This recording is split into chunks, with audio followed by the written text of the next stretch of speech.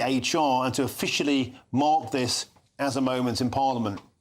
What followed next was pure political pantomime. Nigel Farage and his fellow Reform MPs totally surrounded by Liberal Democrat MPs like petulant teenagers, rolling their eyes, shaking their heads, consistently and constantly heckling Mr Farage to the point where you could barely hear him at some points, underlining almost the pointlessness, you might say, of the British parliamentary system. The Liberal Democrats turned up mob-handed to outnumber Mr Farage and Reform UK, to outshout them, and really the whole thing, I believe, descended into complete and utter farce.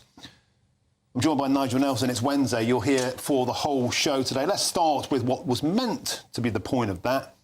Nigel Farage was saying, what about the rights of the British people? We have the power as a sovereign nation to lead the ECHR. He said, we will not be like Russia. We are not like Belarus. What about Australia? What about New Zealand? They aren't signatories to the ECHR. They are not barbaric. And then Ed Davey went into a whole litany of reasons why we should not be taken out of the ECHR, as you'd imagine. I think that was a complete and utter farce. What about you? Well, I mean, that's Parliament for you. A farce. And I know that you were grumbling all the way through that Nigel Farage was being barracked. Couldn't hear him. I appreciate that. They haven't got the courtesy to let a party political leader have their say. That is Parliament. Like a bunch of idiotic teenagers rolling their eyes, doing all this in the background. Utterly disgraceful. You could argue that... Allow your opponents to make their point and then take their point down, but allow them to blooming well talk. Well, I mean, that is Parliament for you. You could argue that they're all like that they're all behave like children once they get into that chamber. It's the way we run our system. Well, it's ridiculous. It makes it look like a pantomime. So the fact that Ed Davey was to mobilise quite so many people is because so many people elected 72 Liberal Democrat MPs to go and sit in Parliament. But consistently, earlier on in the day, Nigel Farage, whatever you think about Nigel Farage, he's a party political leader. He's consistently compared to Vladimir Putin. He's consistently compared to tyrants. Privatising the NHS, which has never been a reform policy, is consistently put to him. And it just seems it's open season against Nigel Farage, and he never really gets a say back.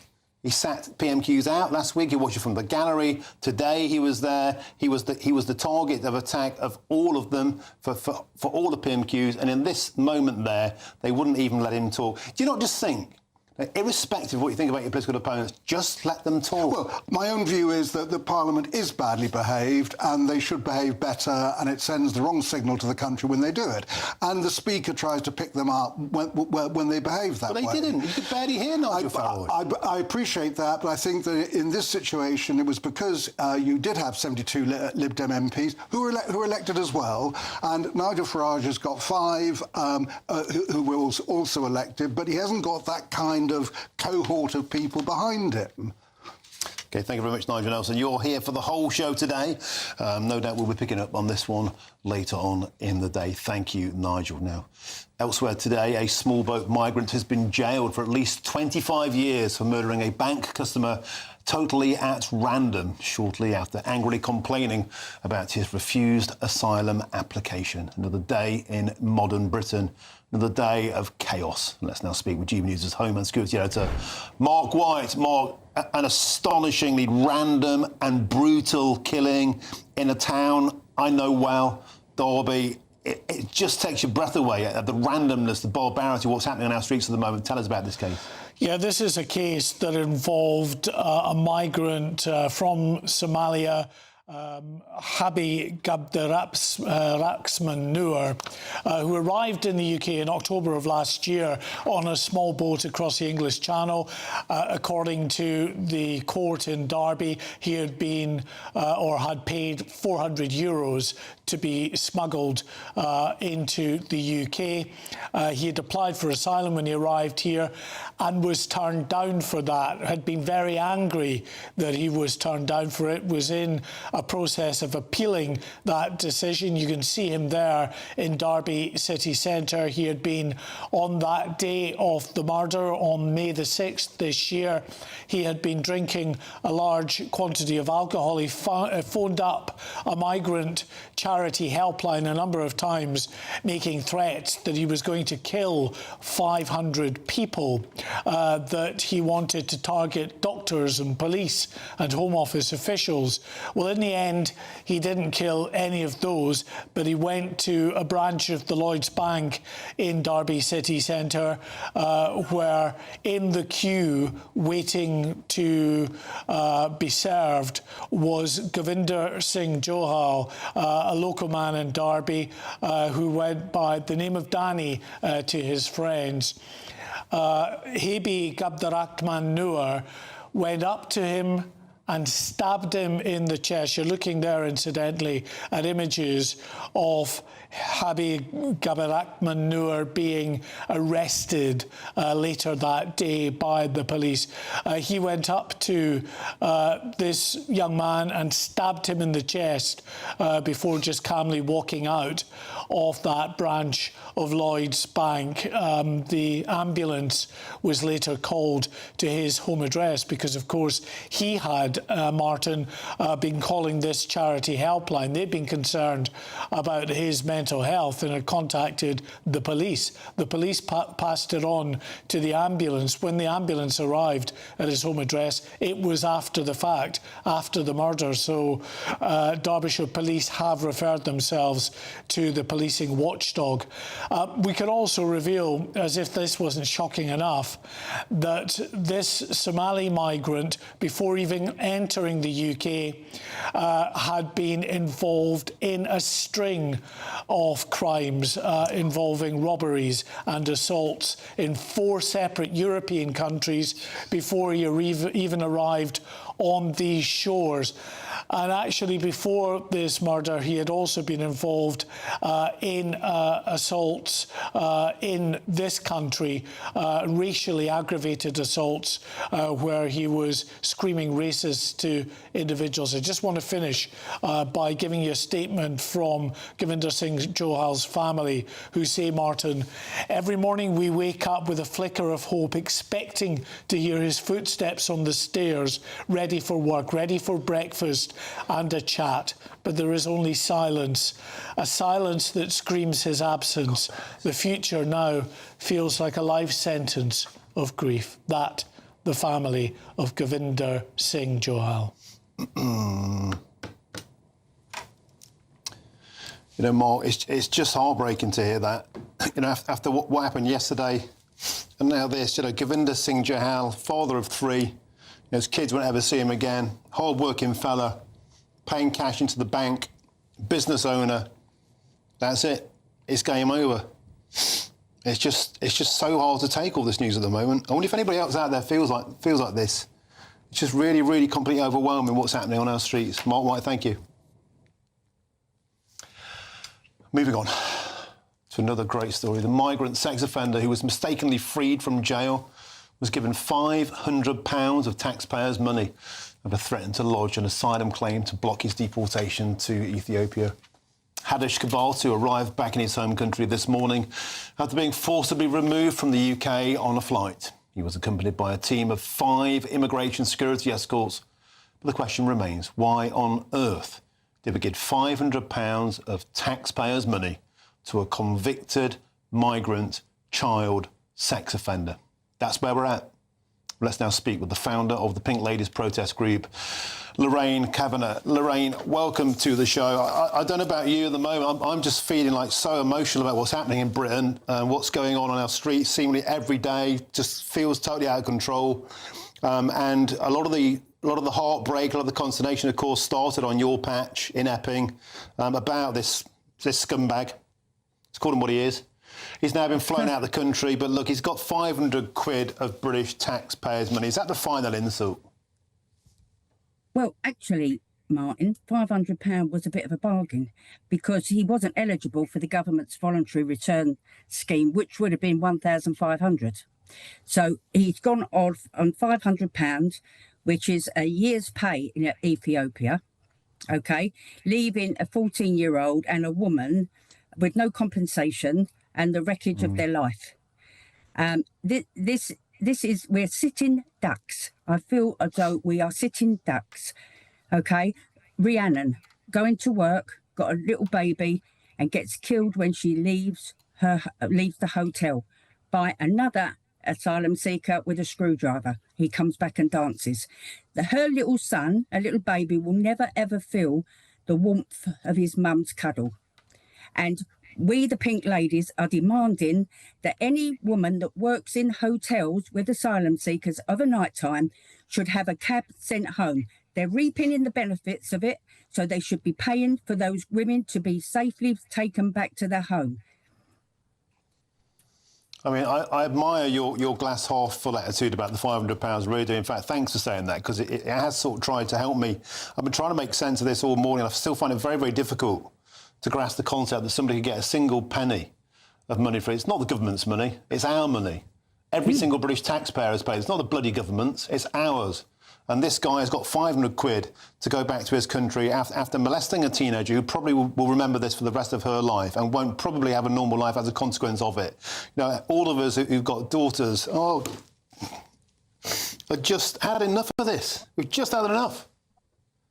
Martin, since we've been coming on air, especially when I came on to your show the last time, I've been inundated with survivors of sexual abuse and grooming, and they are in their 50s and their 60s. It's heartbreaking to hear that it's still going on now. Sadiq Khan won't recognise it, right? The government and the social services and the police won't recognise it, but I have been listening to these women, and it's absolutely heartbreaking what they've gone through, and because of the grooming rape cases that are happening now, it's just rebooted everything up, and all their memories have come back again. So the Pink Ladies have started a Pink Ladies Survival Circle, and that is the platform will be released this weekend, and it's an opportunity for women to be able to talk to other women because they've never been listened to in the past. They now will be listened to. We will listen to them. And I will kick doors down. If I know a child is weeping in a pillow behind a door, I will kick it down. And I could not care less of the consequences. And my Pink Ladies are behind me and saying exactly the same. Lorraine, you know, people have just been... One of the unintended consequences of all of this is people like yourself have been called far right and racist, and I just think that's also a terrible, terrible violation of your human rights. You know, all you're trying to do is stick up for what's right and for what's wrong. And, of course, I could never encourage kicking a door down, but I entirely understand the sentiment. We're going to have to leave it there. Please, go on. Martin, what really, really, really gets to me, and the government has got to listen, when they're in a hotel, they're all together. Okay, when they start getting put out into HMOs, they're amongst the community. You don't know where they are. I believe, and I'm not too sure of this, but you can check it out. The guy that killed the man yesterday was in a HMO in the same street. And we are living with these people, and we are sitting ducks. And it's getting where you're looking over your shoulder. You don't want to go out, but you have to go out. Your children can't play. They are ruining our quality of life. And I want to know what people are going to do about it.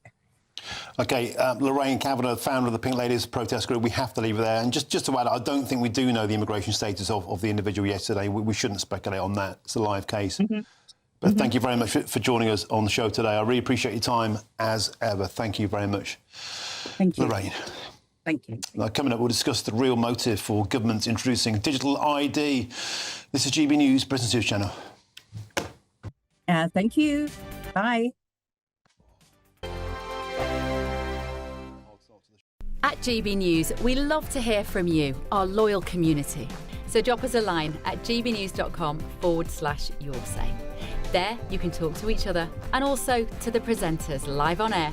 gbnews.com/yoursay, because GB News is your channel, Britain's news channel.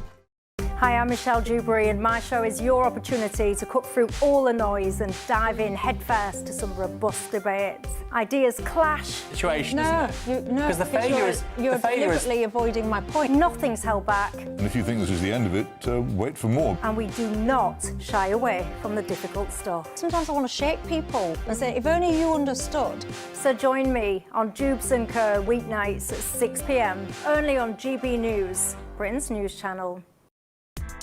Join me, Nana Akwe, for an informative, interactive news programme with a difference. It's fun. No, he didn't say that, Dave. I'm so surprised. I think there's an element of truth to that. Join me from 3 p.m. every weekend, only on GB News, Britain's news channel. In the GB Newsroom, we bring you the news as it happens. With our team of dedicated journalists across the UK, we're ready to keep you up to date with what's happening every half an hour, every single day. Bulletins here on GB News, the People's Channel, Britain's news channel. Mornings don't have to be tiresome, especially if you have the right company. Wake up to news as it happens, opinion and debate, and of course, a little bit of entertainment too. Because when the kettle's on, we're on. That's Breakfast on GB News, a show worth waking up for. Every morning from 6 a.m. Only on the People's Channel, Britain's news channel. We'll spread the news, you spread the word. Bold. They are under no illusion. Ray. Are you a human trafficker? Boundless. I've had enough of the nonsense, and I'm not afraid to say it. Don't get this on the BBC. Every weeknight, I tear through the headlines. The smell of gasoline. Should we be worried about it? From Westminster madness to cultural war chaos. What I'm going to do now is they are throwing things out the car as we speak. Get ready, Britain. Here we go. Patrick Christie's tonight, weeknights from 9 p.m, only on GB News, Britain's news channel. Westminster's full of talk, but out here, it's the real world. Am I allowed to talk then? No, that's it. This is where it matters, real people and real lives. That's what politics is all about. The fact is Trump made a good start, no. Straight answers, no spin, and just a couple of pints. How many fingers have I got up? About 10. So join me for Lee Anderson's Real World every Friday at 7 p.m, only on GB News. The People's Channel, Britain's news channel.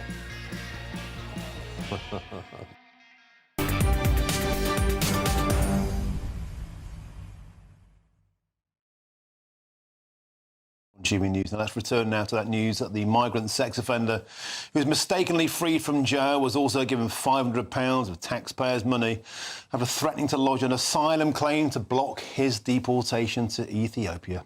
What a country we live in. With questions remaining, why did we give this individual £500 to a convicted migrant sex offender? That's the huge question. Let's now speak with the immigration lawyer, Ivan Sampson. Ivan, welcome to the show. Now, I appreciate this is procedure. I appreciate people say we better pay him £500 to get him out of the country. I put it to you, Ivan Sampson, that system is completely unfit for purpose. We should stop every single payment right now because the British taxpayers are at their wits' end. They are literally paying child sex offenders a kiss-off fee to clear off back to their country when they should have been deported weeks and weeks and weeks, if not months ago. Well, I think this whole story is it's a terrible indictment on the Home Office and the way that they remove people who have committed criminal offences in the UK. And I don't think this is a one-off. I mean, one person they could have quite easily taken straight to the airport and sent him back to Ethiopia. They decided to let him go, even when he was desperate to go back. And look, these claims of asylum at the last minute, the Home Office has powers to certify them. It's not that people should just make asylum claims willy-nilly on the tarmac. You can't do that. The Home Office can certify them under Section 94 if they're clearly unfounded. So that's the first point. Without the money to send him back, I think it was worth every penny to remove him and send him back. I mean, I can understand taxpayers getting upset about it, but at the end of the day, this individual is no longer in this country, and that's a good thing. But he could have been cleared off without paying him any money. That's the point. You know, Mark White just told me that. I wasn't even aware of this. It just compounds, I think, the fury of the nation. £500 a year's salary in Ethiopia. You get a year's salary for, let's be honest, for sexually molesting a child in Britain. Do you think that's going to be a deterrent to Ethiopians out there? Or might they think, actually, I'll tell you what, I'll get into Britain, I'll get a 4-star hotel. I'll be too sweet. They'll take care of me. I get all my food. I get taken care of. I'm a human lawyer, and then I understand and then I get a saying. year's salary for offending, for abusing a child. It's disgusting. I mean, look, quite. The law is very strong when it comes to removing foreign criminals. Let's be clear about it. It's not the problem. We don't have powers to remove people.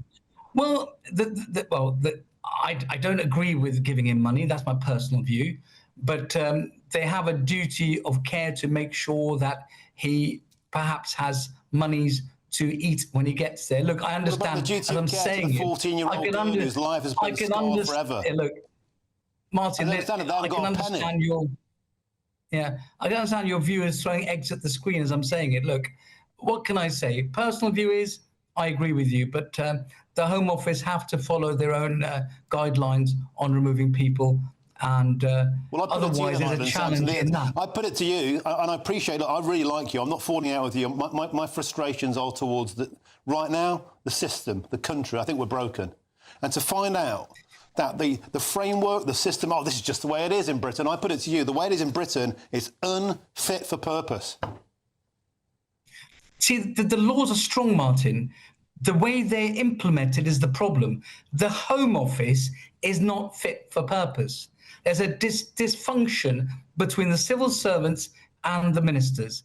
They're at loggerheads. There's a dysfunction between the actual civil servants and the people that are supposed to be removing people. We have poorly trained, poorly paid, massive high turnover of staff at the Home Office. We need a relook and a rethink of the whole system and how we operate removing foreign criminals. It should be much simpler. 2 lines. If you commit a criminal offence, you're sent back to your home country. It should be no more than that. Yeah, and on that, Ivan Sampson, we can completely agree. Forgive me for being slightly terse with you there. I just feel a bit like that at the moment. It's nothing personal. I really do like you. Thanks for joining me on the show. Immigration lawyer Ivan Sampson, thank you for your time and your patience. Well, lots more still to come between now and 4 o'clock, including Darren Jones, the man in charge of rolling out digital ID. Well, he says it will shut down the legacy state and build up a brave new one. Well, a lot of people thought it was more than about controlling immigration. It seems like they might have been right. That's next with me, Martin Daubney, on GB News. Hello there, good afternoon. Welcome to your GB News weather update from the Met Office. As we head our way towards this evening and overnight, any rain will soon ease away, leaving plenty of clear skies, light winds, which means it is going to be feeling cold with some overnight frost. Low pressure has very much been dominating our weather, situated to the north, sweeping in some fronts, particularly across parts of the south and southeast, and that's where we've seen the bulk of the rain through today. But as we progress through into the evening, any rain soon easing away. There could still remain some showers at times, but even these will die off through the early hours of the morning. So mostly dry, plenty of clear skies, so it is going to be turning chilly. Likely we'll see some patchy frost, particularly across Scotland and in northern areas, more widespread here, and possibly even some mist and fog through the early hours of the morning. So for all, it is set to be a chilly start to Thursday. Some patchy frost across Scotland, particularly around any rural areas. It's likely will dip below freezing here. Still some scattered showers, though, around coastal areas. Some thicker areas of cloud just beginning to progress their way into Northern Ireland, but elsewhere across England and Wales, it should be a mostly dry and bright start. That cloud starting to edge its way into parts of Wales and southwest England too. Now, it should be a bright start to the day for many, although it will be chilly, but eventually we'll see more clouds start to push in from the west, remaining dry for many areas, though some wet and windy weather soon skirting into Northern Ireland, perhaps just clipping western areas of England and Wales and also Scotland. A chance these winds could really pick up into the afternoon around coastal areas of Northern Ireland too. A Met Office warning has been issued for these, and still feeling relatively chilly, highs reaching around 14 to 15 degrees Celsius in the south. Cloud outbreaks of rain will continue to push in their way from the west. These will be heavy and rather blustery at times. A good chance we could see further coastal gales through the course of the evening, and also plenty of showers, some blustery weather if you're out trick-or-treating later on Friday. That's it from me. Bye-bye.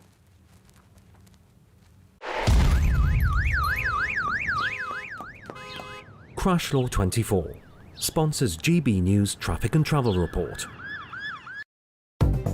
Good afternoon. This is the latest AI travel news from gbnews.com. Motorists on the A9 southbound at Greenloaning should proceed with caution due to a traffic incident. The Britannia Bridge on the A55 has a 30 miles per hour speed limit until further notice.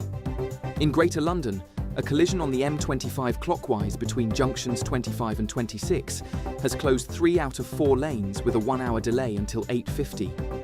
Hampshire's A3 northbound has a lane closure between the A3M and the A272 due to a broken-down vehicle.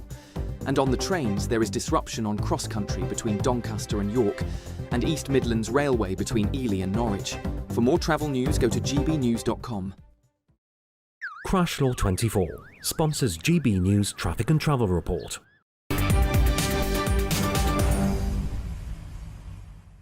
Welcome back. Time is 3:36. You're with me, Martin Daubney, on GB News. Now, the Prime Minister's Chief Secretary has said that he will shut down the so-called legacy state, whatever that is, and build a new one instead, using, of course, that digital ID, suggesting that the scheme will not be used to tackle illegal migration after all. Now, if you recall, that was the way they initially sold it to the great British public. Well, Darren Jones told yesterday's Cabinet that an overhaul of the system was much needed, as many people feel that government structures are outdated and will no longer work. Well, let's now speak with the spokesperson at Big Brother Watch, Matthew Feeney. Matthew, welcome to the show. A pleasure to have your company. Well, they sold us the illusion this was about controlling illegal immigration. A lot of people, no doubt yourself, sniffed a rat. They always thought it was about much more than that, and now it appears the cat's out the bag. The rollout of this plan has been a shambles from the beginning. We were initially told by the Prime Minister this would be a very limited mandatory digital ID that would only be used for employment verification. But the fear among civil liberties advocates has been for a long, long time that this could be used for much more than that. It's just a surprise to see the members of the government are announcing that at cabinet meetings. We still don't have a formal proposal or consultation yet, but the news so far is very dispiriting. And it's worth pointing out as well that even where there is digital ID in other European countries such as Italy, Greece, Germany, Spain, it's singularly failed to control illegal immigration even in those places. And it very much feels like now this new ID will be used for every interface with officialdom. And that's the point. People like yourself no doubt said this is basically a COVID passport in disguise, and that's what it's starting to look like. Well, it is one of the biggest issues with this proposal is that it just won't work, and the government hasn't put forward a good argument for why it will work. I'm glad you're bringing up mainland Europe. The fact is that the UK has been very different to our European neighbours for a long, long time. The British people have traditionally rejected mandatory ID schemes. We haven't had one since the Second World War. It is anathema to our history of British liberty and freedoms, and many countries that inherited our legal system, such as the New Zealanders and Canadians, don't have a digital ID system. So I do think it's bad enough on the civil liberties front, but it's important to point out that the government hasn't shown that this will even work. What do you make of this phrase, the legacy state? I mean, it's almost like we can't function without digital IDs. We'll simply wither away. We'll be outmoded. We'll fall off the edge of a cliff into the ocean. It's all a bit sinister, isn't it? It does sound rather sinister, and I'm sure all of your viewers have complaints about public services and the state of the British government. But to portray digital ID as a solution to this is it's a hammer to crack a walnut. The fact is that there are reforms in place that the government could make that would make public services more efficient, that would boost public sector productivity. But it's far from clear that a digital ID scheme is the answer to all of these problems. When was the last time any of your viewers heard of a government tech proposal that actually worked, not to mention the number of stories that we've all seen about hacks and leaks? It's all very a little bizarre.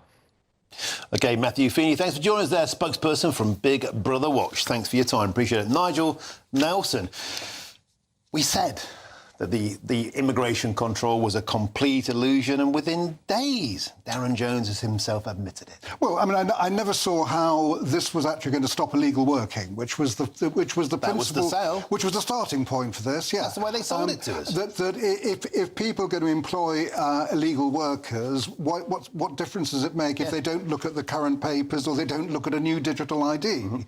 So from that point of view, I don't think it works. What Keir Starmer is selling it as now is something that's actually actually convenient, in which case there's no reason why it shouldn't be voluntary. If it's going to be so wonderful for all of us by having this, as this is what Darren Jones is saying, a voluntary scheme would work perfectly well. And I think that's where we'll probably end up. So what you'll get is that digital ID will be compulsory if you want to work. For everybody else, they could have it voluntarily, which is fine. You may want to load up your driving licence, your welfare benefits record, your educational qualifications. You might not, but you might find it's more convenient to go around the place with that digital ID. That's my point. Make it a benefit to people, not something forced upon them. OK, thank you very much. More on this later. Now, another hot topic, because drivers heading into Oxford today will have to pay a brand new £5 a day congestion charge as the city brings in the biggest congestion charge area outside of London. Now, the council says it will cut traffic and, of course, clean up the air. But many residents are calling it simply a war on motorists. Let's cross live now to GB News national reporter Will Godley, who is there for us in the historic city of Oxford. Will, what are people telling you down on the ground? City known for its dreaming spires, but many residents saying buildings, these brand spanking new signs just gone up telling people where the congestion charge enters. This is the first congestion charge to be brought in any city for more than 20 years, and residents really aren't happy. Paul Major here has been protesting the launch of this. Been protesting. £5 a year more now to come into work, and the teachers, nurses, the ancillary staff, they're already up in arms and talking about difficulties for the schools and the hospitals. You've got people caring for elderly family that have to... OK, Will Godley there. We just don't have a decent enough internet signal, I think, which is a shame. I was really looking forward to hearing what that local was about to say. Nigel Nelson, let's come back to the studio here. This is brought in by a Labour council. Of course, it's about clean air. It's always about clean air. No, it's not. It's not about clean air. This is the whole point, that I'm sure the people of Oxford are really upset having to pay an extra £5 charge to drive through their city. Get that totally. The idea is it's temporary. It lasts for a maximum of 2 years, and it's really about congestion. So what the council are trying to do is... Congestion hasn't gone down in London. Well, I mean, London's now slower than it was when there were horses and cars. It's nonsense to say it's about cutting congestion. A lot of it I blame on bicycles, by the way, but that's my particular my particular beef anyway. No, sorry. Here the idea is that you try and solve congestion, but you can't do that until you can bring in a new system for doing it. So for the time being, you have a congestion charge. Then, if you live in the city centre, you can travel around free, you get free permits for doing it. If you live a bit further out, you get 100 free permits plus permits for visitors. So it's a temporary inconvenience which they'll have to pay a £5 for if they go over those permits. But the idea is if they can get a proper filtration system into the town so you can get traffic moving more easily, this will be swept away. The local would no doubt have just about to have told us that there wasn't a proper or adequate public consultation on this, just as there wasn't in London when ULEZ was expanded. There is a consultation, but it's a joke. People turn up, they note down their objections, and they ignore them anyway. Same with LTNs, same with every single one of these motorist cash grabs. It's kind of shrouded as this utopian solution to congestion or clean air. It's actually about pickpocketing motorists. Well, I mean, I think this is the problem. If you put a load of people in a room and ask them would they like to pay more tax, I think you get pretty much 100% saying absolutely not. So the same thing applies to congestion charging. You have to pay extra money. Nobody wants to pay extra money, but the benefits might come at the end of it. Where? What the benefits actually? Well, the benefits here in London is cleaner air, certainly. The reason for doing London already had much cleaner air. We had a clean air act which didn't work. We did, and it didn't work. Without this car's a cleaner burner. You can't it didn't work. You can't say that congestion charge orders as singularly and provably cut emissions on its own. It was happening anyway. Yeah, but it has cut emissions. I mean, obviously, it's a gradual process. And again, the benefits you see are actually down the road rather than instant. This is the problem with the whole argument about cost of living crisis, £5 a day on exactly. top. Come on, it shafts the taxpayers. No, this is because these are instant things. I mean, when you expand the argument out of something like net zero, benefits come later. Clean air comes later. In Oxford, that they should be able to travel easier, but not just yet. OK, Nigel Nelson, thank you very, very much indeed. Now, if you can search some holidays, so who can blame you for getting away from this country at the moment? Here's the forecast of some of the top European destinations.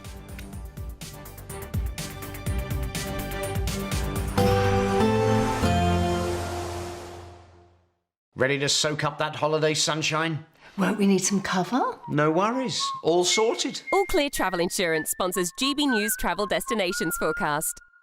Generally brighter across many areas of Europe this week, though we can't rule out some rain, particularly across southwestern areas of Spain and also parts of Portugal, all down to an area of low pressure just to the west of the UK, swinging in some fronts at times. Also fairly showery across northern areas of Italy. Sardinia too could also see some spells of heavy showers, but elsewhere across the Mediterranean, pushing into Greece, it should be mostly dry and settled with some sunshine. Now, there's still some showers in the forecast over the weekend, but otherwise feeling warm in any sunshine. All Clear Travel Insurance sponsors GB News Travel Destinations Forecast. Britain was once the envy of the world. But look around. A nation that no longer knows what it is or where it's going. A country that's broken. How do we fix Britain? How do we bring it back? Friday night with Matt Goodwin at 8 p.m. Only on GB News. I'm Jacob Rees-Mogg and this is GB News, Britain's news channel. Good afternoon, Britain. Weekdays from midday. Sumo is a fantastically simple sport to win. There's only really two win conditions. You either drive your opponent out of the doyo, the ring, or you take them to the ground. And when we say take them to the ground, any part of their body other than the soles of their feet which touches the ground, that counts as a loss. Now, how you do this can vary. It varies between wrestlers and their backgrounds and styles. Some will be more focused on the driving and the pushing. Some, particularly with the judo background, more focused on the throws. There is kind of a core of winning techniques, which we call kimarite, and they're kind of standard winning techniques. But realistically, any technique you use to get your opponent either out or down, you'll win the match. But the two that we're seeing on the screen look actually quite lightweight sumos, because I've seen some really heavy sumos, but with that weight, they are incredibly flexible. Like, the one earlier was doing the box splits. I mean, there he is. Look at that. That is not an easy... I'm training to do the box splits, and I can't do that. And look at him. He's going to roll all the way through as well. Rob, they're very fit, aren't they? But these ones look lighter. So they are incredibly fit athletes, and I think one of the things people forget when they look at sumo or they look at rikishi is that they are athletes, you know, and to a degree we're looking at two sumo wrestlers standing next to each other, and so they look normal size in comparison to each other. In terms of their body fat percentage, is actually very, very low. GB News, the People's Channel. At GB News, we love to hear from you, our loyal community. So drop us a line at gbnews.com/yoursay. There you can talk to each other and also to the presenters live on air. gbnews.com/yoursay, because GB News is your channel, Britain's news channel. Join me, Nana Akwe, for an informative, interactive news programme with a difference. It's fun. No, he didn't say that, Dave. I'm so surprised. I think there's an element of truth to that. Join me from 3 p.m. every weekend, only on GB News, Britain's news channel.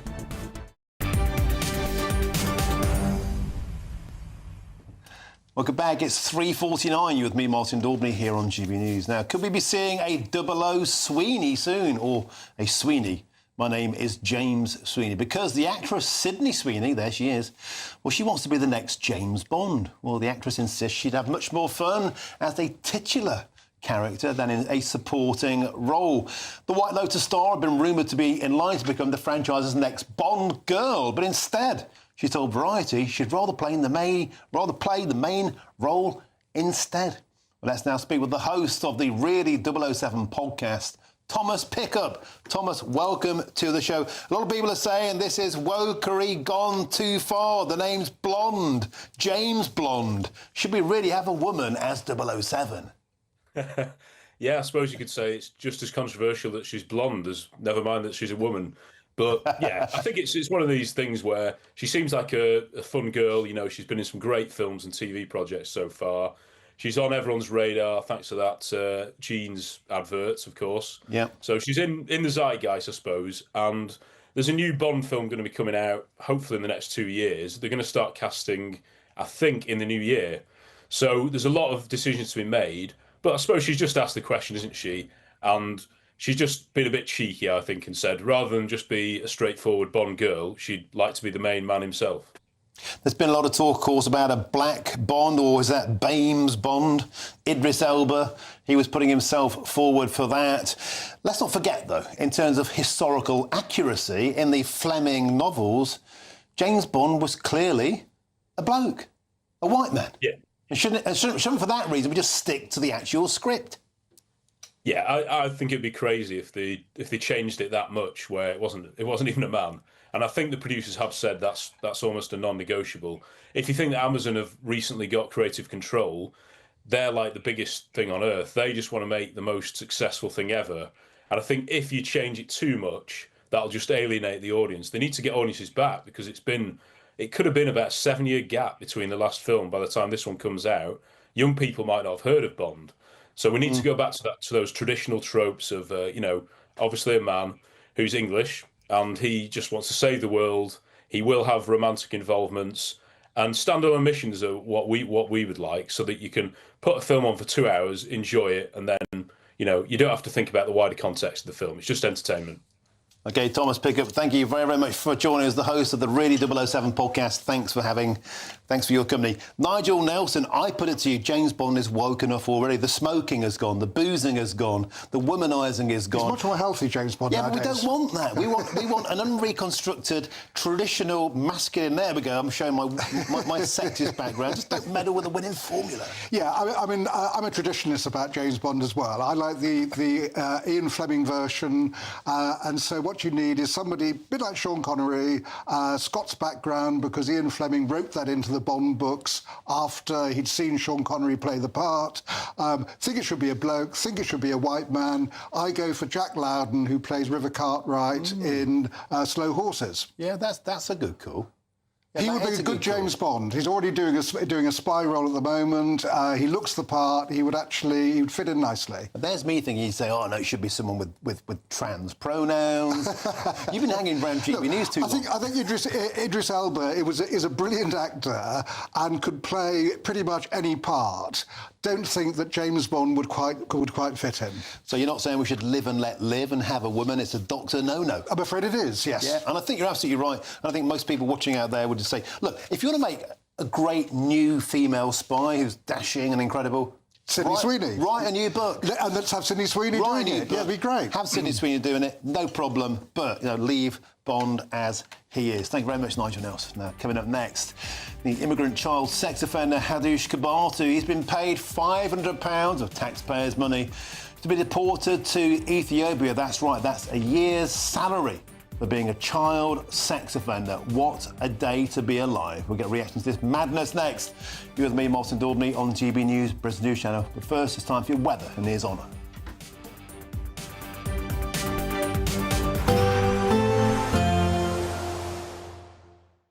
Expect warm spells with the odd rude interruption. Box Boilers sponsors the weather on GB News. Hello there, good afternoon. Welcome to your GB News weather update from the Met Office. As we head our way towards this evening and overnight, any rain will soon ease away, leaving plenty of clear skies, light winds, which means it is going to be feeling cold with some overnight frost. Low pressure has very much been dominating our weather, situated to the north, sweeping in some fronts, particularly across parts of the south and southeast, and that's where we've seen the bulk of the rain through today. But as we progress through into the evening, any rain soon easing away. There could still remain some showers at times, but even these will die off through the early hours of the morning. So mostly dry, plenty of clear skies, so it is going to be turning chilly. Likely we'll see some patchy frost, particularly across Scotland and any northern areas, more widespread here, and possibly even some mist and fog through the early hours of the morning. So for all, it is set to be a chilly start to Thursday. Some patchy frost across Scotland, particularly around any rural areas. It's likely will dip below freezing here. Still some scattered showers, though, around coastal areas. Some thicker areas of cloud just beginning to progress their way into Northern Ireland, but elsewhere across England and Wales, it should be a mostly dry and bright start. That cloud starting to edge its way into parts of Wales and southwest England too. Now, it should be a bright start to the day for many, although it will be chilly, but eventually we'll see more clouds start to push in from the west, remaining dry for many areas, though some wet and windy weather soon skirting into Northern Ireland, perhaps just clipping western areas of England and Wales and also Scotland. A chance these winds could really pick up into the afternoon around coastal areas of Northern Ireland too. A Met Office warning has been issued for these, and still feeling relatively chilly, highs reaching around 14 to 15 degrees Celsius in the south.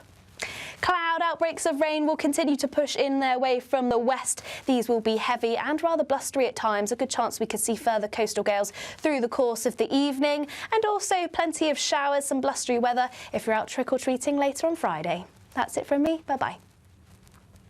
Expect warm spells with the odd rude interruption.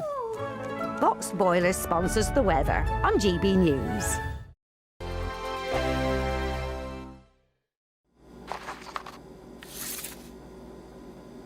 Crash Law 24 sponsors GB News Traffic and Travel Report. Good afternoon. This is the latest AI travel news from gbnews.com. The A92 northbound between Crossgates and Cowdenbeath faces restrictions due to a broken down vehicle. The Britannia Bridge on the A55 has a 30 miles per hour speed limit. In Middlesbrough, lane closures on the A174 westbound exit to the A172 should clear by this afternoon. In Leicestershire, expect 10-minute delays due to an accident on the A50 westbound. Greater London's M25 clockwise is severely delayed between junction 25 and 26. And on the trains, major disruptions affect services between Haywards Heath and Redhill. For more travel news, go to gbnews.com. Crash Law 24 sponsors GB News Traffic and Travel Report. It's the final week to see how you can become our biggest winner this year. First, you could be driving away with this brand new Benamar Primera motorhome. This luxury vehicle comfortably sleeps four, has its own fitted kitchen and bathroom areas, and comes complete with fitted awning and bicycle rack. And that's not all, as we'll also give you a whopping £30,000 in tax-free cash to spend however you like. For another chance to win, text WIN to 63225. One entry costs £2.50 plus one standard network rate message, or text BONUS to 63225. 5 entries cost £5 plus one standard network rate message. Go to gbnews.com/win. Entries start at £2.50. Call 0903 686 3232. Calls cost £2.50 plus your network access charge. Or post your name and number to GB16 PO Box 8690 Derby DE1 9TT. UK only. Entrance must be 18 or over. Lines close at 4 p.m. on the 31st of October. Please check the closing time if listening or watching on demand. Britain deserves a newsroom that puts the facts and your voice first. Well, and that's what you get on GB News. Lively debates, lively conversation. And we're not afraid to hold power to account. And each other. So join me, Andrew Pierce. And me, Miriam Gates, for Britain's Newsroom, weekdays from 9:30 on GB News. At GB News, we love to hear from you, our loyal community. So drop us a line at gbnews.com/yoursay. There, you can talk to each other and also to the presenters live on air. gbnews.com/yoursay, because GB News is your channel, Britain's news channel. No matter the state it's in, this is our nation. Join me, Jacob Rees-Mogg, for a genuine, honest discussion on where we have been, where we are going, and where we are with the people who set the direction. Tune in to State of the Nation every Monday to Thursday, 8 to 9 o'clock. Only on GB News.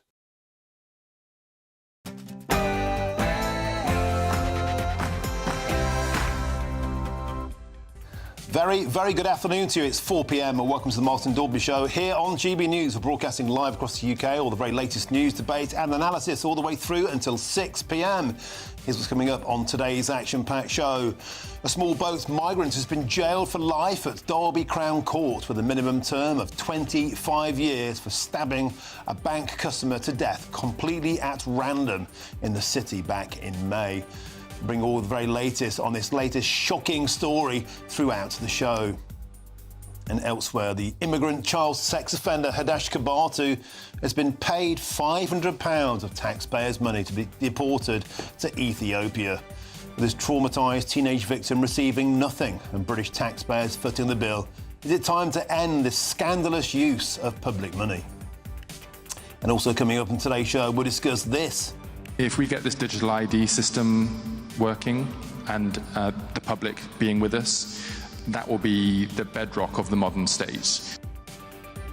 Yeah, the Chief Secretary to the PM, Darren Jones, the man in charge of rolling out that digital ID scheme, he says he will shut down the so-called legacy state and build a new one. We were told this was about clamping down on illegal immigration. Seems there's a bit more to it all along after all.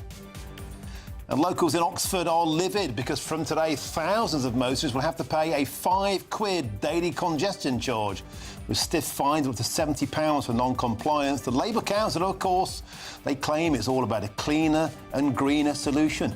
But the livid locals want the hated plan scrapped. We'll be live from the historic city throughout the show, and that's all coming up in your next hour.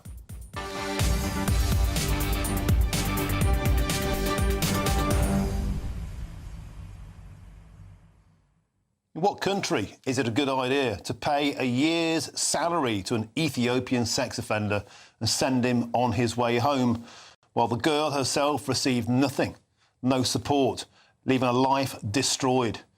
£500 of your money, it's not the government's money. We pay this. You, everybody watching this channel and listening at home is paying for this outright scandal. How long can this go on?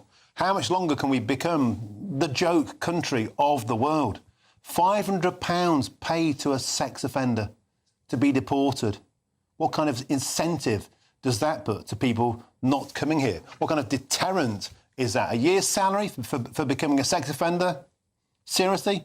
Is that right? Is that the way you want your taxpayers' money spending? Get in touch. GBNews.com/you'll say is the way to do so. But now it's time for your headlines, and here's Sam Francis.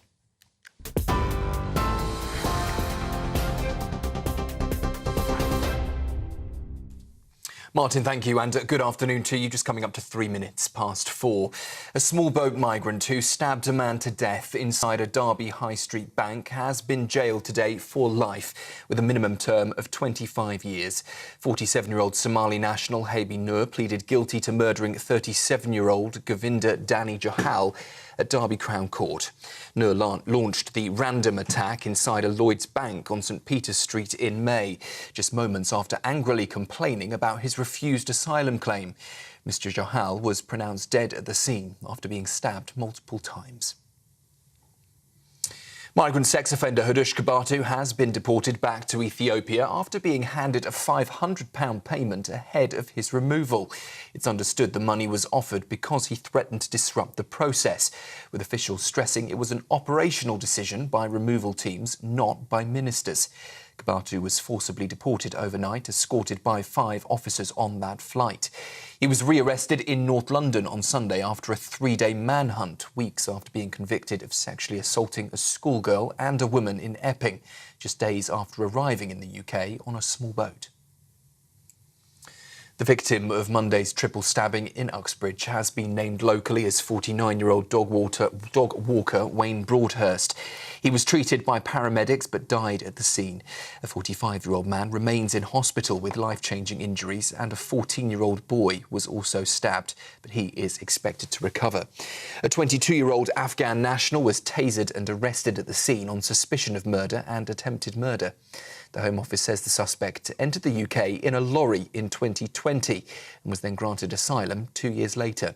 Police say the attack is not being treated as terrorism as detectives investigate the motive. Arrests for illegal working have soared to their highest level since records began. More than 8,000 migrants have been detained across the UK. It follows an immigration enforcement blitz of over 11,000 raids since October last year, leading to more than 1,000 deportations. Home Secretary Shabana Mahmood says the Home Office has failed to meet the challenge of repeated crises, but insists she'll do whatever it takes to secure Britain's borders. The government has launched the first ever compensation scheme for victims of the Post Office capture IT scandal. The faulty software used between 1992 and 2000, that's before the Horizon system, caused major accounting errors that left postmasters wrongly blamed for missing money. Under the new capture redress scheme, victims could receive up to £300,000 or more in exceptional cases, marking the government's first formal acknowledgement of the damage caused decades ago. And Sir Keir Starmer has described the devastation left by Hurricane Melissa in Jamaica as truly shocking. He says the UK is now ready to stand and send humanitarian aid. Jamaica's Prime Minister has declared the country a disaster area, with the entire community submerged and 500,000 people without power. Melissa, the strongest storm to ever hit Jamaica, has now battered Cuba with winds of up to 120 miles an hour, prompting mass evacuations there. Thousands of stranded British tourists remain trapped in Jamaica amid the chaos. That's the news on GB News. I'll be back with you shortly. Next, though, a look at the finance. Cheers Britannia Wine Club proudly sponsors the GB News Financial Report. Well, the pound will buy you $1.3221 and €1.1356. The price of gold is £3,045.11, that's per ounce, and the FTSE 100 is at 9,738 points. Cheers Britannia Wine Club proudly sponsors the GB News Financial Report.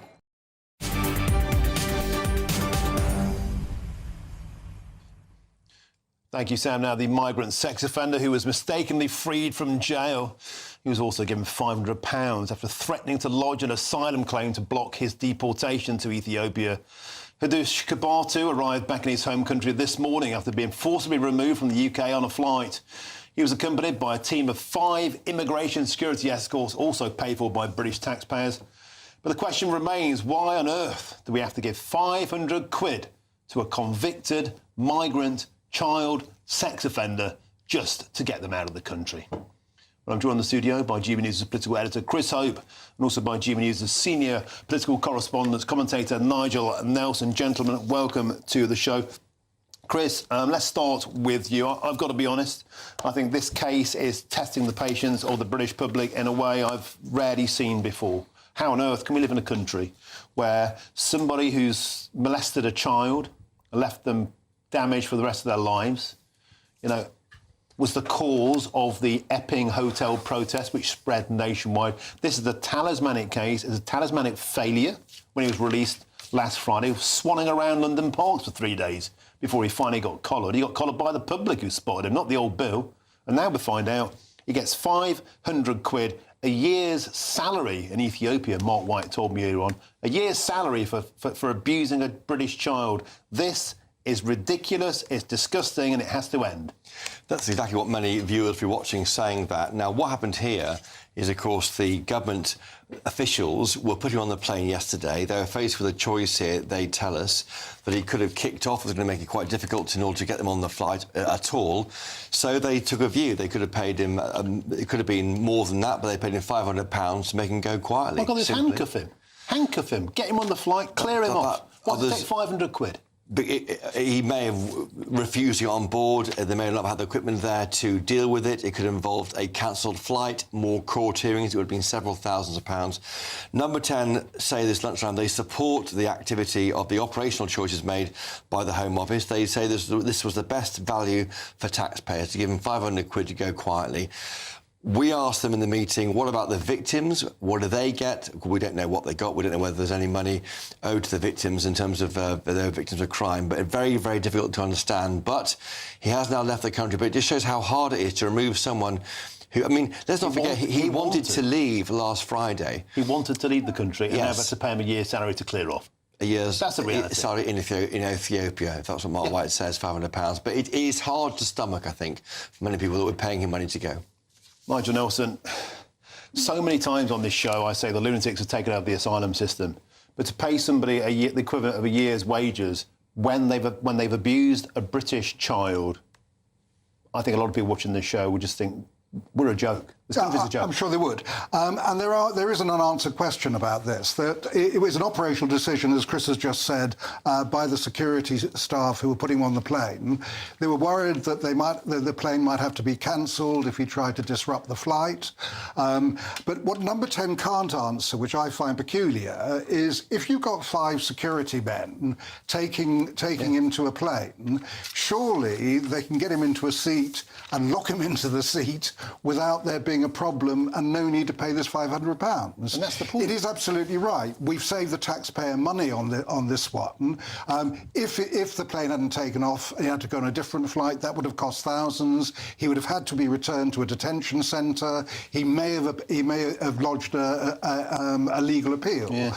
So certainly money has been saved, but even so, there's still a question about why you can't put him in his seat and keep him there. And it could have been worse, Nigel. Under the facilitated return scheme, you're entitled to £1,500. Foreign national offenders, convicted offenders, can get 3 times the money he took. Now, after that PMQs, when big news happened, Martin, on the issue of tax, the PM did not rule out an increase in VAT, income tax or national insurance in the budget at the end of next month. Kemi Badenoch has said this, the Tory leader. She says that the PM won't rule out raising taxes on hard-working people, while earlier his government handed £500 of your money to a vile foreign sex offender. Is there anybody out there now who believes that taxes won't be raised? Is there anybody out there now who believes that the Labour Party won't break the manifesto pledge? I mean, seriously. I think the first part of your statement, I think we all expect taxes to go up and not much money to be cut from the budgets. No one until today thought they would increase one of those 3 sacrosanct areas of tax. Let's get back onto Nigel Farage. He did a 10-minute reading earlier on, and it was about the ECHR. No doubt the ECHR would have protected the likes of Mr Kabatu from not being frog-marched on a flight in handcuffs in case it offended his human rights. And the point of this was Nigel Farage wanted to lay down in Parliament his personal and his party's desire to leave the ECHR. What happened next, I thought, was yet more of the nonsense of British pantomime. Liberal Democrats packed out the chamber, around him, behind him, surrounded him. He was heckled during his speech to the point you could barely even hear what he said. And I just thought, again, it just shows that Parliament is farcical. I've got an account here of what was said to Nigel Farage. It was called a 10-minute rule bill. Essentially, any MP can ask for the right to raise an issue in 10 minutes in a speech in the House of Commons. It's normally quite non-controversial. It can be about issues to do with road safety in a constituency or an issue close to the heart of an MP. It's not normally a big issue like ECHR withdrawal, but that is the policy, of course, of the Reform UK and the Tory government, don't forget, if they win power. Now, as he spoke, there are 5 on the bench there. There are 5 Reform UK MPs, and then all the Liberal Democrats, as is their right, Martin, moved around and sat around him, and they were saying things. I have it on Eyewitness telling me this. They were saying things like he was a friend of Putin because of remarks he made back in 2014 when he called Putin a strong leader. He doesn't care about our country, he was told. You're banging about Brexit, Nigel, blaming the boats on Brexit. It was, according to a witness very close to Farage, it was a constant heckling that was annoying. The Lib Dems were vile, we are told. They deliberately turned up to gang up on him. And I think, yes, it's difficult to watch and annoying if you support Nigel Farage, but he won't mind. This supports his idea that the elite want to shut him down and stop him speaking. And frankly, they prove the point. I'm one of those old-fashioned people in politics, and I've been a politician for a brief moment. Listen to your opponents, pay them the courtesy of giving them airtime, and then annihilate their ideas afterwards. As you tried to on your show, to be fair. You do listen on your show. I just can't get in my head. And I think most people watching the show at home and listening in will just think, are these just a bunch of overgrown children playing, playground games? So we live in very, very serious times to let people talk and take their ideas down on merit with courtesy. To which the answer, which Nigel Nelson was making earlier, to which the answer is, if you want more supporters of Nigel Farage, vote for his party. bring them in. But stuff the party at the House of Commons with reform and UK would they MPs, stand, for example, if Zara Sultana or she was behind, I think, or a Liberal Democrat MP made a motion and a load of white blokes heckled her, do you think they'd stand for that? They would not stand for that. It's not a race issue, this, is it? It's a party issue. What I'm saying, you know exactly what I'm saying. Nigel Farage and people like him are fair game, and I think people looking in just think, you know, I mean, Nigel Nelson, you're smiling away, but I just think they're all think fair game. The Prime Minister is fair game. He gets shouted at and shouted down. Why can't they behave like adults instead of children? Well, in which case, then let's change the entire debating procedure in the House of Commons. I mean, I've got nothing against people being listened to, in fact, everything for it, being listened to respectfully. I just want to throw my radio at the wall when I hear these people. And then, as you said, take the argument down afterwards. We live in serious times. They need serious debate, serious politicians, serious ideas. Yes, but this is not new. This is not new. Parliament's behaved in this way forever. That's the way they do it. OK, sorry for my language there. I am an emotional person. Let's move on. Speak to my next guest. That's the former Conservative Immigration Minister, Kevin Foster. Kevin, no doubt you've been barracked lots of times in your time in Chamber. Enough about that. I want to get back to this, what I think is just an utterly unfathomable situation where we're having to pay £500 to get rid of a child sex offender. Well, it's odd. Certainly, in terms of deportation of someone who's been convicted of a criminal offence, they would never be on their own getting on a plane. There would be people with them. Certainly, it's not uncommon procedure to strap someone down into their seat to ensure that the plane can take off with them on board. So it's quite odd to see the £500 being offered up. And if any asylum claim, well, if you're going to say, £500 will resolve me claiming asylum, it hardly shows you're genuinely in fear of persecution in return. So it's a really extraordinary thing to have happened. Now, Kevin, it's worth pointing out that I think these kind of golden kiss-off goodbye payments, they also did happen under the Conservative regime because that's the system, right? That is the current framework of deportation. I put it to you, the entire framework is wrong, it's not fit for purpose, and particularly at present times, it's a gross insult to every British taxpayer when we're seeing more and more of these cases every single day, that people who get up in the morning, they set their alarm, they go out and they work hard, they're paying £500 for people like Hadush Kabatu to clear off back to Britain. He's gone back home to Ethiopia with a year's salary after damaging a British child. Yeah, I can understand why people are angry. And what's odd about this one is, yes, they've been facilitated returns in the past, but that would usually be where someone well ahead, coming up to either end sentence or actually due to be deported. They're being told, you are going to leave this country. They're not necessarily being convicted of a criminal offence, where they will say, basically, look, I'll go on an ordinary plane, I'll accept the judgment and go.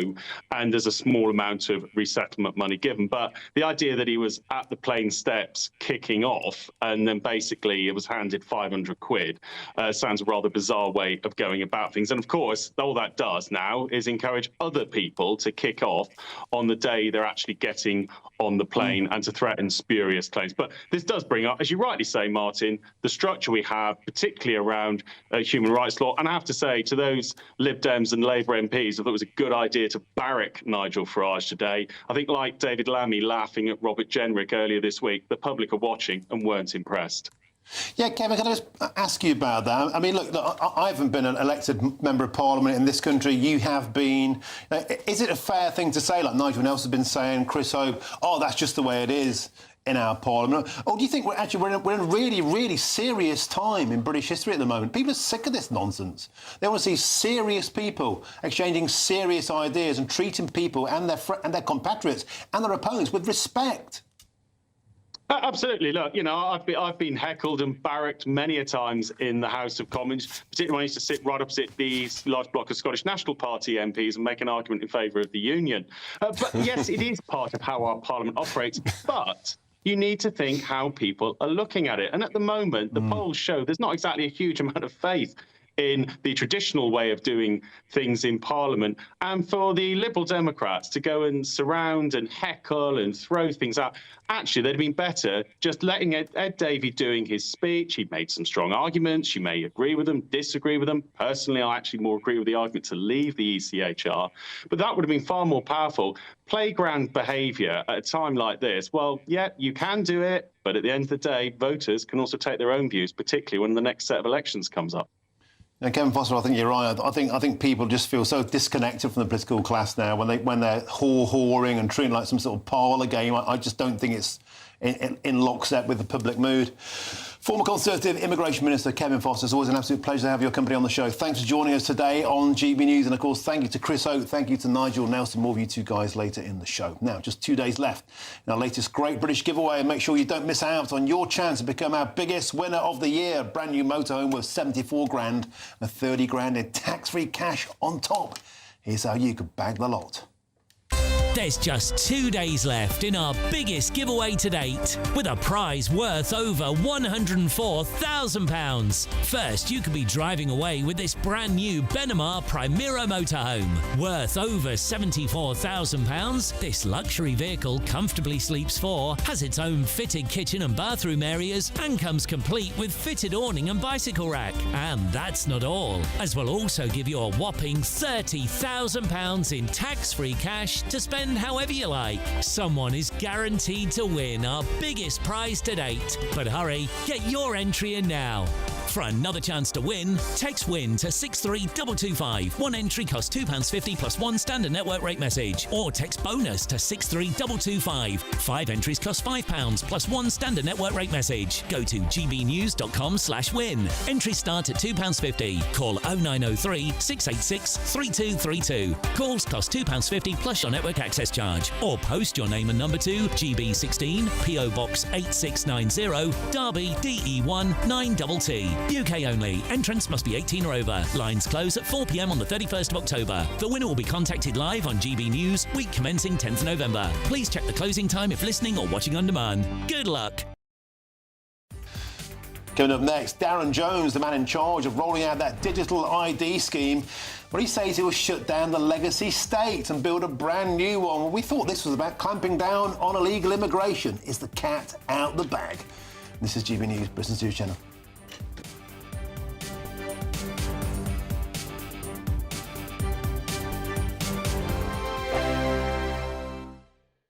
Britain was once the envy of the world, but look around. A nation that no longer knows what it is or where it's going. A country that's broken. How do we fix Britain? How do we bring it back? Friday night with Matt Goodwin at 8 p.m, only on GB News. Decisions made in Washington aren't just shaping America, they're shaping Britain too. From migration to global security, from crime to health. Whatever happens in the White House today will be felt in your town or city tomorrow. That's why The Late Show is live from Washington, D.C. Cutting through the politics to show you what it all means for Britain. The Late Show live every night at midnight. Only on GB News, Britain's news channel. Exciting news. Every Friday, my Patrick Christie's Tonight Show is going to have a twist to it. We're welcoming some special guests. You. That's right, on Fridays I'm going to be doing my show in front of a live studio audience because this show is about you and what you have to say. It's going to be the same big debates, same big topics, same big opinions, but every Friday night at 9 p.m. you are invited to come on down to Patrick Christie's Tonight to be a part of the action. Only on GB News, the People's Channel, Britain's news channel. At GB News, we love to hear from you, our loyal community. So drop us a line at gbnews.com/yoursay. There you can talk to each other and also to the presenters live on air. gbnews.com/yoursay, because GB News is your channel, Britain's news channel. Hi, I'm Michelle Dewberry, and my show is your opportunity to cut through all the noise and dive in headfirst to some robust debates. Ideas clash. Situation, No, because the failure is you're deliberately avoiding my point. Nothing's held back, And if you think this is the end of it, wait for more. and we do not shy away from the difficult stuff. Sometimes I want to shake people and say, if only you understood. So join me on Dubes & Co. weeknights at 6 p.m. only on GB News, Britain's news channel. Join me, Nana Akweer, for an informative, interactive news programme with a difference. It's fun. No, you didn't say that, Dave. I'm so surprised. I think there's an element of truth to that. Join me from 3 p.m. every weekend, only on GB News, Britain's news channel. Mornings don't have to be tiresome, especially if you have the right company. Wake up to news as it happens, opinion and debate, and of course, a little bit of entertainment too. Because when the kettle's on, we're on. That's Breakfast on GB News, a show worth waking up for. Every morning from 6 a.m. Only on the People's Channel, Britain's news channel. We'll spread the news, you spread the word.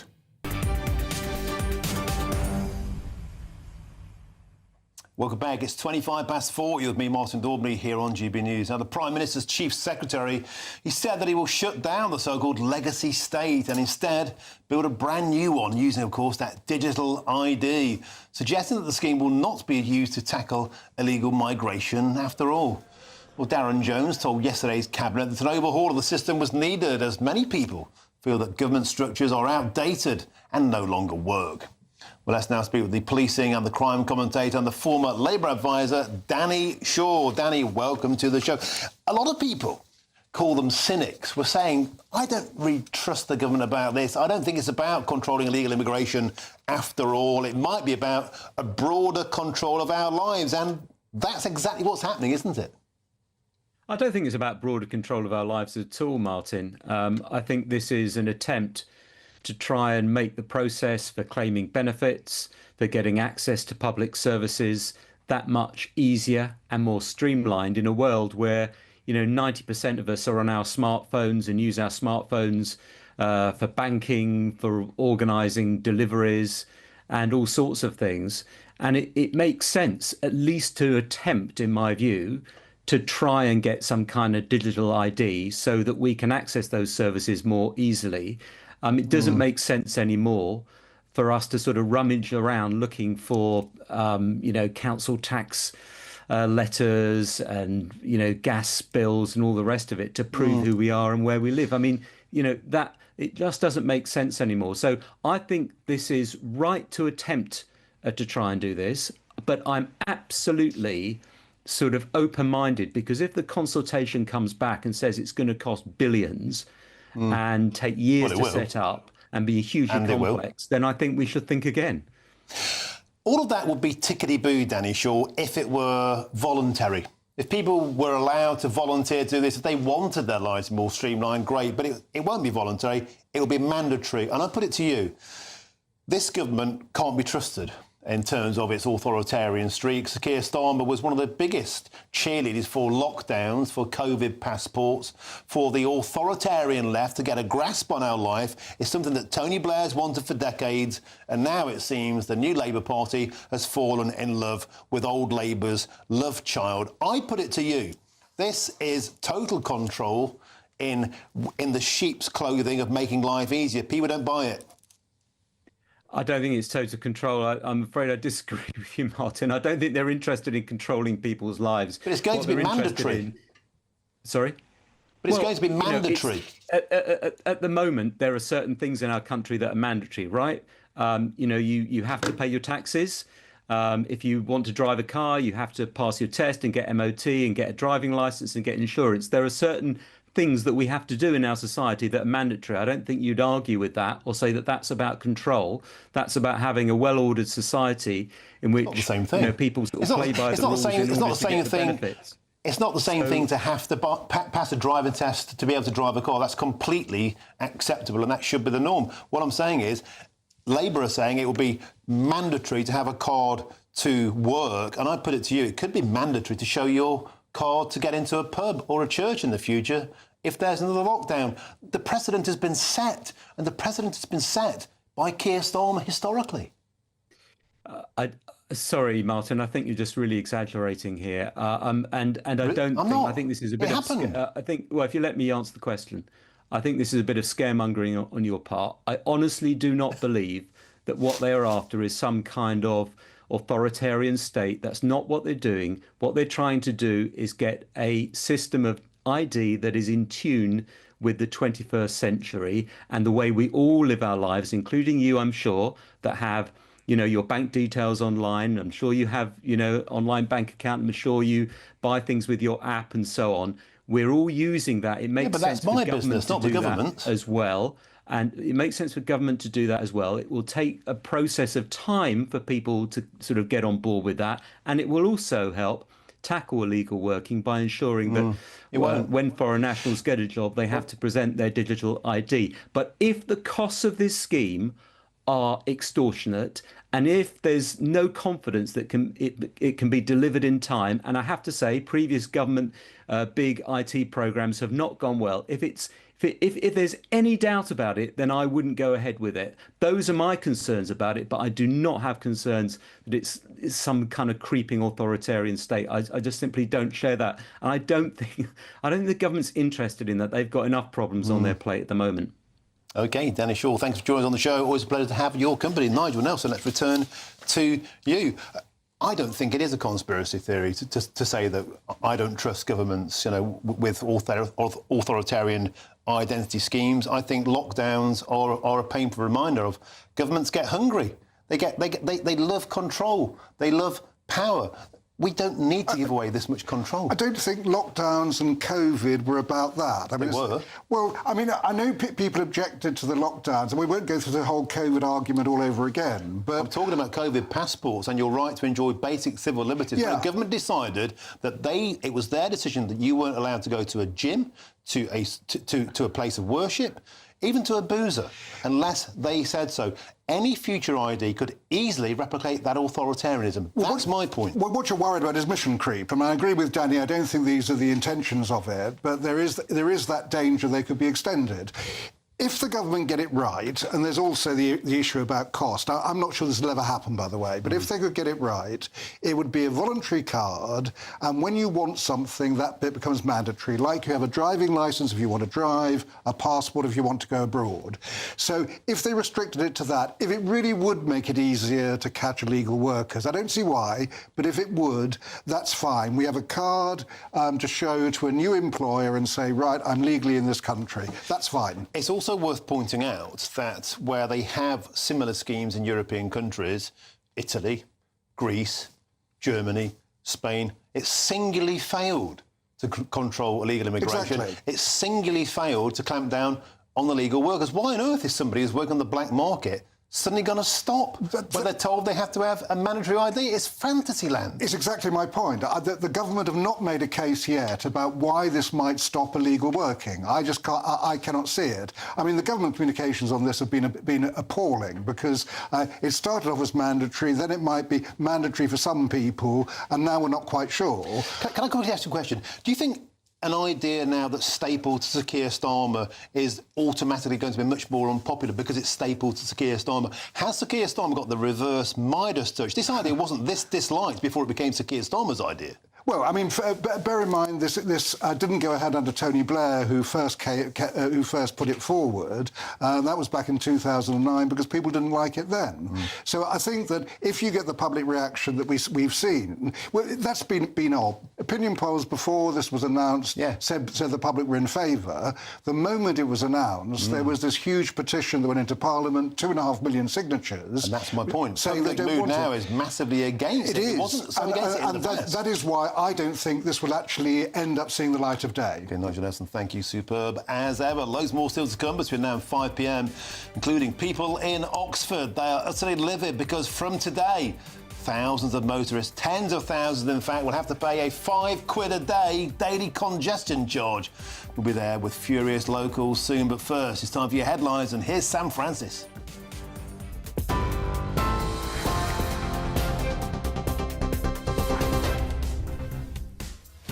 Just after 4:30 breaking this hour, Israel says it has carried out fresh strikes on Gaza, accusing Hamas of preparing an imminent terror attack. The Israeli military says it's targeted a weapons site, claiming it was meant for use against its soldiers. It follows the killing of an Israeli soldier in Rafah and comes as local reports suggest more than 100 people have died in overnight strikes. French prosecutors say 2 men arrested over the Louvre heist have partially admitted their roles in the theft of priceless jewels.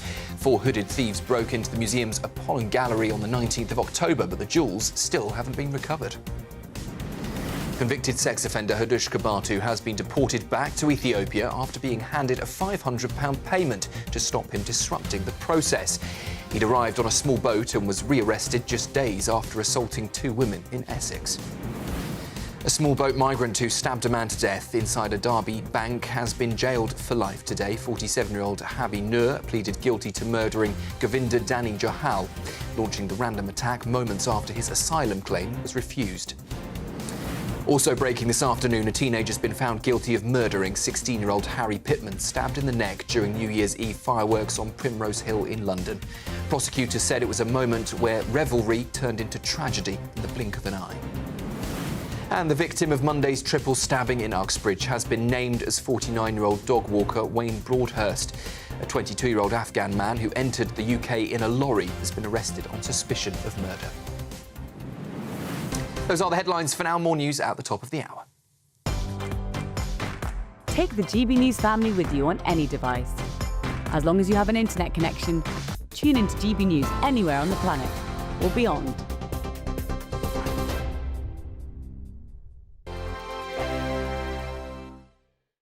Hello there, good afternoon. Welcome to your GB News weather update from the Met Office. As we head our way towards this evening and overnight, any rain will soon ease away, leaving plenty of clear skies, light winds, which means it is going to be feeling cold with some overnight frost. Low pressure has very much been dominating our weather, situated to the north, sweeping in some fronts, particularly across parts of the south and southeast, and that's where we've seen the bulk of the rain through today. But as we progress through into the evening, any rain soon easing away. There could still remain some showers at times, but even these will die off through the early hours of the morning. So mostly dry, plenty of clear skies, so it is going to be turning chilly. Likely we'll see some patchy frost, particularly across Scotland and in northern areas, more widespread here, and possibly even some mist and fog through the early hours of the morning. So for all, it is set to be a chilly start to Thursday. Some patchy frost across Scotland, particularly around any rural areas. It's likely will dip below freezing here. Still some scattered showers, though, around coastal areas. Some thicker areas of cloud just beginning to progress their way into Northern Ireland, but elsewhere across England and Wales, it should be a mostly dry and bright start. That cloud starting to edge its way into parts of Wales and southwest England too. Now, it should be a bright start to the day for many, although it will be chilly, but eventually we'll see more clouds start to push in from the west, remaining dry for many areas, though some wet and windy weather soon skirting into Northern Ireland, perhaps just clipping western areas of England and Wales and also Scotland. A chance these winds could really pick up into the afternoon around coastal areas of Northern Ireland too. A Met Office warning has been issued for these, and still feeling relatively chilly, highs reaching around 14 to 15 degrees Celsius in the south.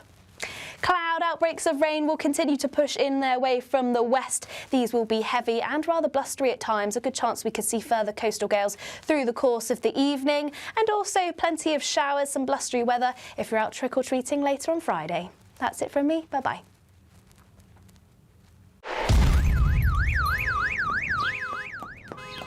Crash Law 24 sponsors GB News Traffic and Travel Report. Good afternoon, this is the latest AI travel news from GBNews.com. Current road disruptions include a broken down vehicle on the A63 eastbound in the city of Kingston upon Hull, affecting one lane. Expect normal traffic conditions from 4:30 to 4:45 this afternoon. In Staffordshire, congestion on the A38 northbound between Burton upon Trent South and the junction with the A5132 is causing a 20-minute slowdown, with resolution anticipated around 1 tomorrow morning. On the M25 clockwise, there is a multi-car incident between junctions 25 and 26, closing 3 lanes and causing delays of up to 1 hour. For more travel news, go to gbnews.com. Crash Law 24 sponsors GB News Traffic and Travel Report.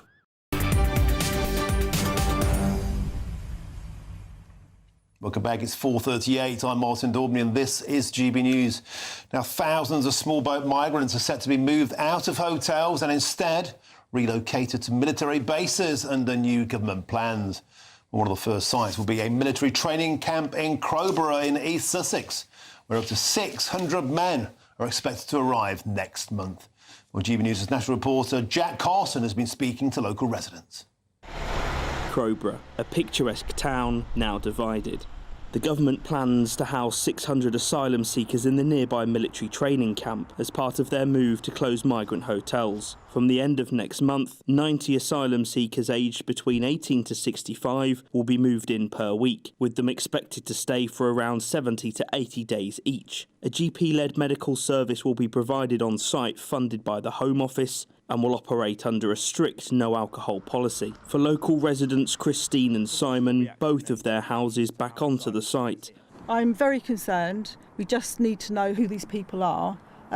Everybody's got a right to asylum in this country, but I think it's just quite worrying that we don't know who's coming in. We were looking at downsizing. We're both in our early 60s, and that's clearly not something that we can do. Nobody is going to buy this house while there are going to be illegal immigrants housed literally 500 yards behind our house. A report from the Home Affairs Committee found the expected cost of housing asylum seekers by 2029 had tripled from £4.5 to £15.3 billion. The Prime Minister says he's determined to close all asylum hotels, with the Home Office turning to military sites like this instead. But residents here say they haven't been consulted and want their questions answered. Other residents don't feel like moving migrants to military bases solves the wider issue. Are we going to be safe? That is the big thing. And the problem is, at the moment, the government haven't got control over the situation. And they're trying to tell us they do, but they don't. And this bit is what annoys. It's basically like just sort of readjusting the deck chairs on this mess of a Titanic they've got themselves into and continue to do it. On the street, not everyone is against the plans. I think that people wouldn't undertake the journey that they have done without a very valid reason. They have to live somewhere. They'll be bored, nothing to do, so they'll want to get out and about, and I understand that. Males with nothing to do and surplus energy cannot bode well, I suspect, for behaviour. Wealdon District Council say the safety and security of the local community is of paramount importance, but people here remain divided. Jack Carson, GB News, Crowborough. That's an excellent report there from Jack Carson in Crowborough, East Sussex. Nigel Nelson, we were there yesterday speaking to locals. And by the way, I just want to commend the locals in Crowborough for being so level-headed and so impassioned and, I think, rational and fair. Situation is this. We've seen this before. RAF Scampton, RAF Wethersfield, Linton, Onus, none of them worked. They're all doomed to failure. And this one is too. And I'll tell you why. These people in this place, they won't be contained. They won't be kept on site.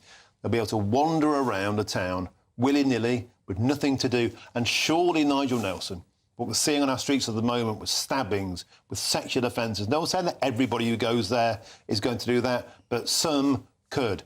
This isn't solving a problem. It's moving a problem. Well, it's certainly moving a problem, and it's moving a problem because so many people object to asylum hotels. So the government want to advance the time that they'll get people out of asylum hotels, and this is the way they found to do it. Now, what that Home Affairs Committee report said earlier on in the week, which Jack just referred to, when they were talking about the extra cost of asylum hotels, was in fact bases like this, sites like this, cost even more money.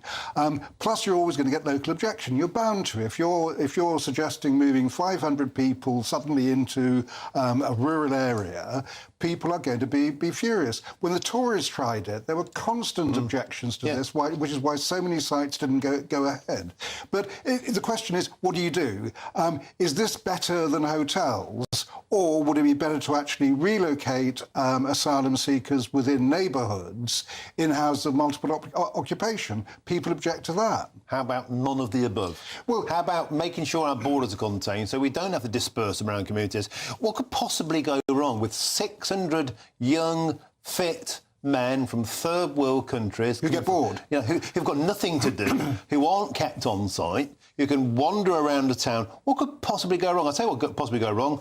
Lots of stuff. That's why people don't want this. Yeah, that's right. But the whole thing is coming up with the alternative. And your alternative is, right, let's make sure they don't come in the first place. No.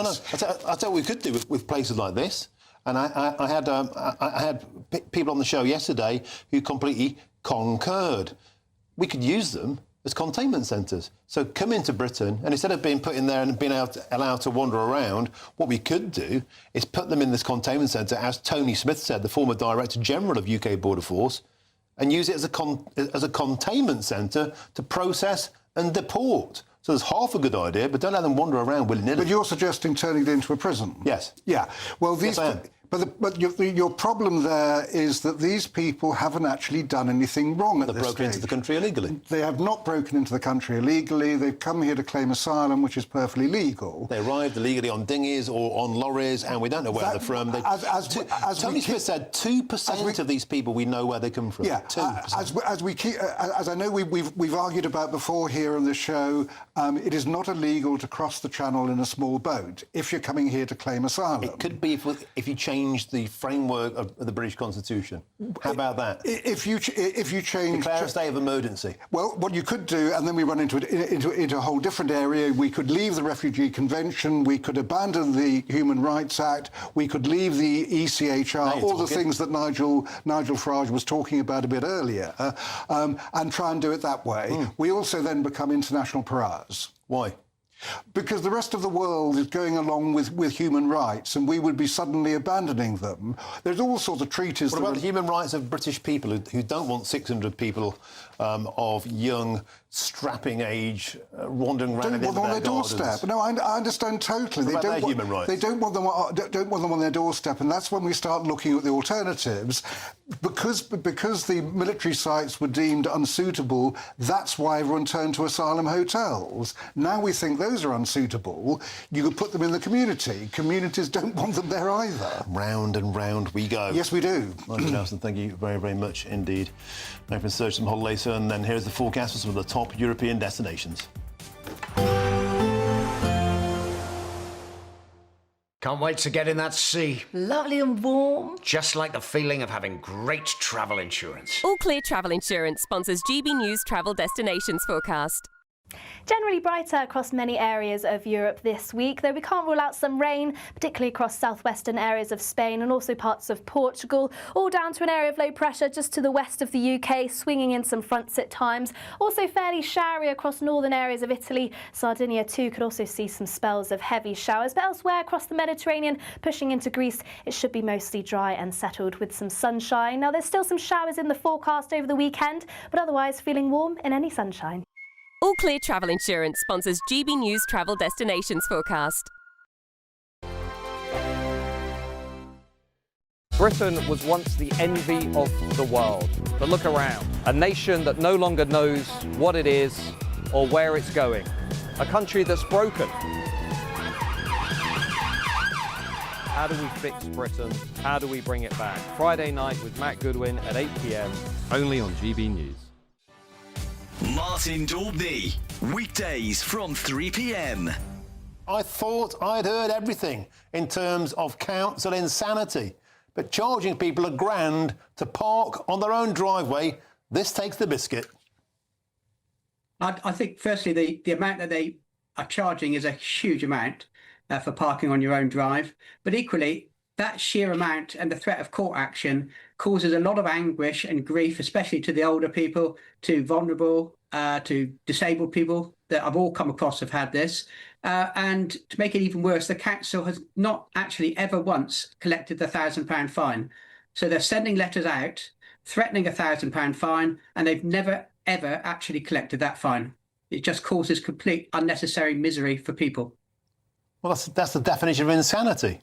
To threaten a £1,000 fine but not actually collect the fine. So what's the point? I don't know what the point. There is a bit of a possible conflict of interest because the people sending out the letter are Balfour Beatty, who subcontract the roads for Southampton Council, and obviously they also will install drop curbs. Funny that. So what's happening here is you get a £1,000 threat through the post, and by the way, if you want to avoid that, simply come to the council. And by the way, we can install one of these drop curbs in for you at a handsome price of 800 quid. 800 quid to get a curb in outside your house when you don't need it. You can go up a normal curb as it is, and I put it to you, every Englishman's home is his castle. This is the violation of that. Well, we've had cases where people are in council homes and they've been there for 40 years. They've been parking on their drive for 40 years, and suddenly they get a letter saying, sorry, £1,000 fine. GB News, the People's Channel. At GB News, we love to hear from you, our loyal community. So drop us a line at gbnews.com/yoursay. There you can talk to each other and also to the presenters live on air. gbnews.com/yoursay, because GB News is your channel, Britain's news channel. Join me, Nana Akwe, for an informative, interactive news programme with a difference. It's fun. No, he didn't say that, Dave. I'm so surprised. I think there's an element of truth to that. Join me from 3 p.m. every weekend, only on GB News, Britain's news channel.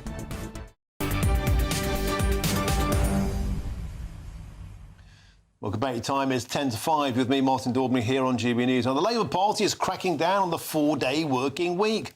Now, the Community Secretary, Steve Reid, he's blasted South Cambridgeshire Council, saying he's deeply disappointed with its decision to give staff full pay for fewer hours. Well, he's now demanding answers amid claims that the shorter week is impacting output, as another 25 councils around Britain are set to be considering the move. Well, I'm joined now by the campaign director of the 4-Day Week Foundation, Joe Ryle. Joe, a pleasure to have your company. 100% pay for 80% work. It sounds like a utopian dream, and it turns out that's exactly what it is, because in Cambridgeshire, it simply isn't working. It's not true. I'd really urge you to read through all the evidence. So I'll just talk you through it. There's the first ever sort of council trial of a 4-day working week, building on the kind of hundreds of companies that have successfully implemented 4-day working weeks. Same model, reduced hours, same pay in the private sector. It's been very successful. Now what we're starting to see is, can this be rolled out more widely in the public sector? So we've had the first ever trials to take place. One council's done it. Also in Scotland last year, the two public sector bodies have been trialling a 4-day working week. What that has shown is that overall, it's been really, really positive. Not only has the well-being and health and well-being improved for those workers, which you'd probably expect, but so has productivity in many cases. And actually, in the case of this council, they've saved taxpayers money. They've saved £400,000 a year through better job retention, job recruitment. So overall, the results are very positive. Obviously, it's not perfect in every single way, but actually, this council is outperforming compared to any other, most other councils in the country. So Joe, I think some people might say, OK, if you're a paper shuffler or if you have a desk job, then, yeah, fine, you could maybe organise your time to be more effective. But you can't if you're a bin collector. You can't if you're filling potholes. You can't if you're doing actual physical jobs, because quite simply, if you're working 80% of the week for 100% of the pay, and let's face it, this is on the public dime. This isn't the private sector. Private sector, do what you want. Crack on. But if council taxpayers are paying these people's wages, I, for one, want them to work full time. Look, I'm glad you agree on the private sector, where we have seen many, many benefits. And let's remember, this is something which is happening all across Europe now. In the UK, we actually work some of the longest full-time hours compared to the rest of Europe. They do work relatively few hours around the rest of Europe and have better productivity because of it. Now, it's funny you mentioned the bin workers, because actually the bin workers at this council have been included in the trial. They've moved to a 4-day working week. Not only the bin collections being, delivered in exactly the same way as before, if anything better, they've actually been able to recruit for jobs in that team that they couldn't recruit for years. So overall, council taxpayers are getting a better service. The bins are being collected just as smoothly as they were before. Joe, I'll put it to you, if the bins can be collected in this area in 4 days rather than 5, great. Pay them for 4 days. Why got to pay them for 5 days to do a 4-day job, mate? I'm glad you said that. I'll send you the report afterwards and have a read. I mean, look, the bin workers are really enthusiastic about it. It's made a big difference to their lives. That the thing is, when you're better rested, when you have that extra time off, and let's remember, the 5-day working week is not very popular. It's 100 years old. It's been around for a very long time. I would say doesn't reflect kind of modern ways of working. The staff are much happier. They then perform better in their jobs. You know, when you're happier, you're more effective and you're more efficient as a worker. Joe, I can tell you're a huge fan. I'm afraid I have to cut your time short. We've run out of time. Joe Ryle, thank you very much. Now, in a statement, the leader of South Cambridgeshire District Council, Councillor Bridget Smith, told GB News this: "We're extremely disappointed to receive this letter from the Minister, as we are an exceptionally high-performing council. Since implementing the 4-day week, a working arrangement in which staff do 100% of their work in 32 hours each week, we've delivered an annual saving of almost 400 grand, maintained and improved performance. Staff turnover has decreased by 41%. The number of applications for roles has surged by 123%. Got it all out now. Coming up next, the immigrant child sex offender Hadush Kabaza has been paid 500 quid to be deported. It's an astonishing waste of taxpayers' money, and that's next.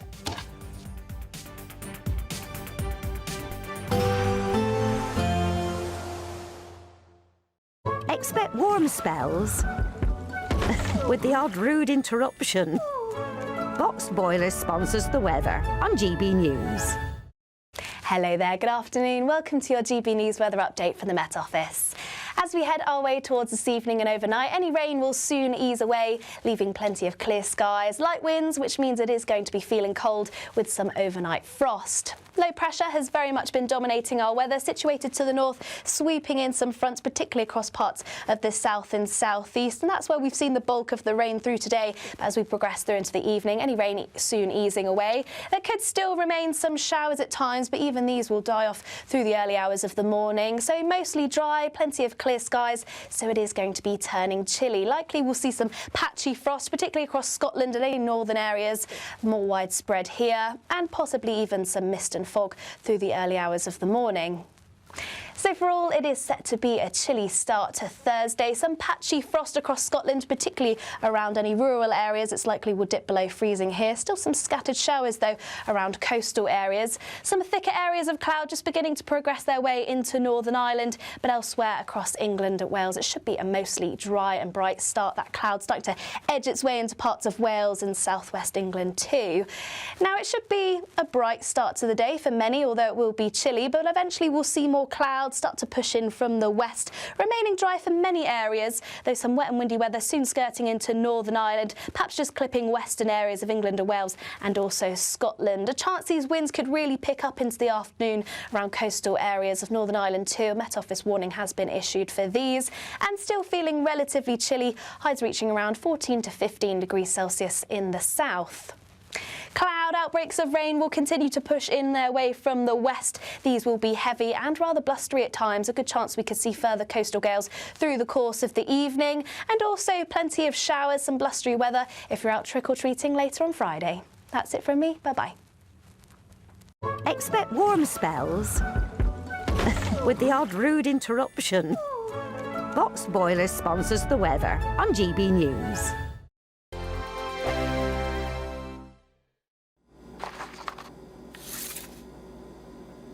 Crash Law 24 sponsors GB News Traffic and Travel Report. Good afternoon, this is the latest AI travel news from GBNews.com. In Glasgow, westbound A8 is restricted at Bargeddy roundabout. M4 eastbound at junction 32, Corryton has off-slip congestion. In North Tyneside, a collision on A256 closed one lane, causing 30-minute delays. Near Leicestershire, accidents on A50 between M1 junctions 24 and 24A caused delays. On the M25 clockwise, a collision between junctions 25 and 26 closed 3 lanes, leading to significant delays. And on the trains, severe disruption between Haywards Heath and Redhill affects Gatwick Express and Great Western Railway.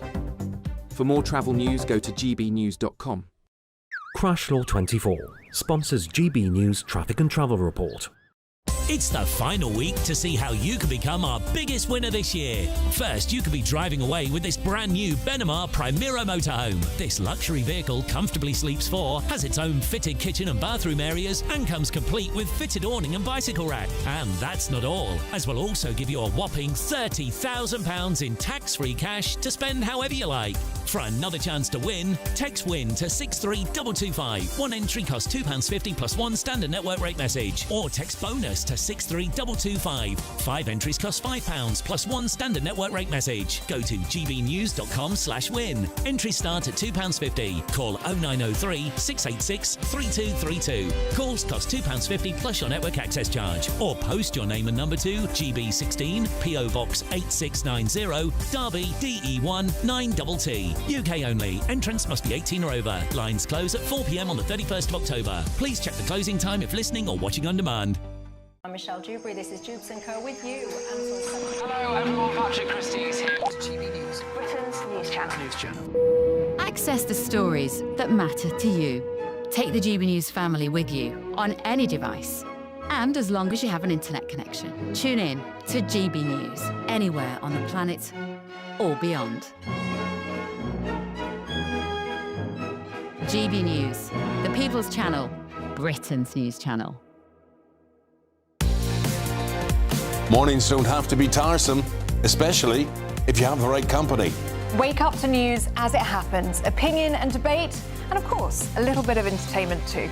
Because when the kettle's on, we're on. That's Breakfast on GB News, a show worth waking up for. Every morning from 6 a.m. Only on the People's Channel, Britain's news channel. We'll spread the news, you spread the word.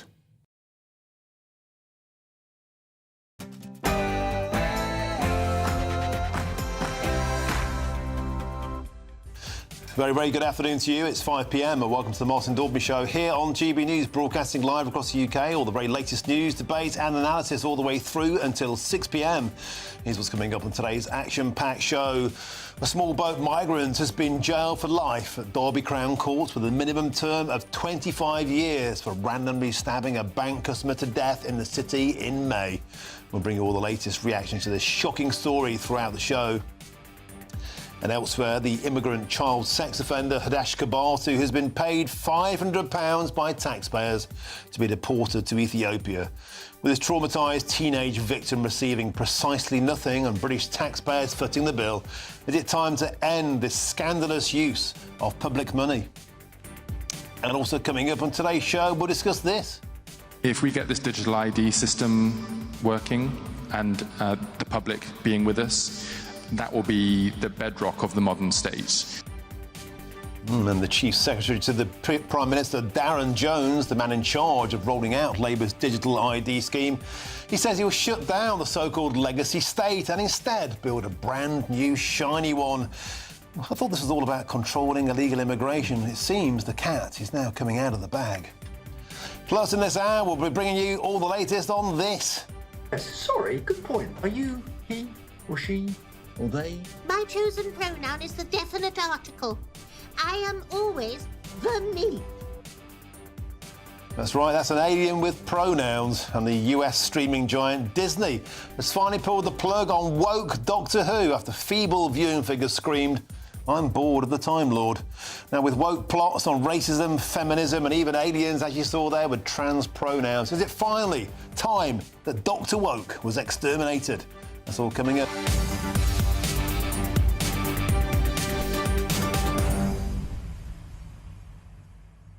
Welcome to the show. It's a pleasure to have your company. What kind of country gives £500 a year's salary to an Ethiopian, to an immigrant who's also a child sex abuser? That's right, the United Kingdom. This country, your money. £500 of your money paid to a child sex offender to get them out of the country. Meanwhile, the 14-year-old girl, we understand, received precisely nothing.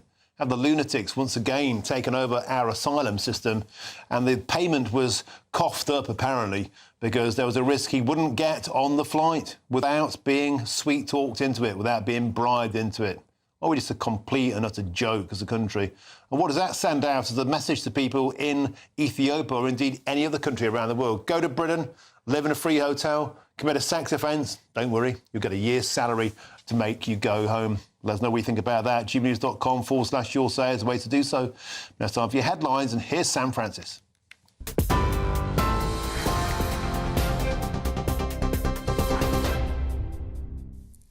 Martin, thank you, and good evening to you. Just coming up to 4 minutes past 5. The top story tonight, migrant sex offender Hadush Kabatu has been deported back to Ethiopia after being handed a £500 payment ahead of his removal. It's understood the money was offered because he threatened to disrupt the process, with officials stressing it was an operational decision by removal teams, not by ministers. Kabatu was forcibly deported overnight, escorted by 5 officers on that flight. He was rearrested in North London on Sunday after a 3-day manhunt, weeks after being convicted of sexually assaulting a schoolgirl and a woman in Epping.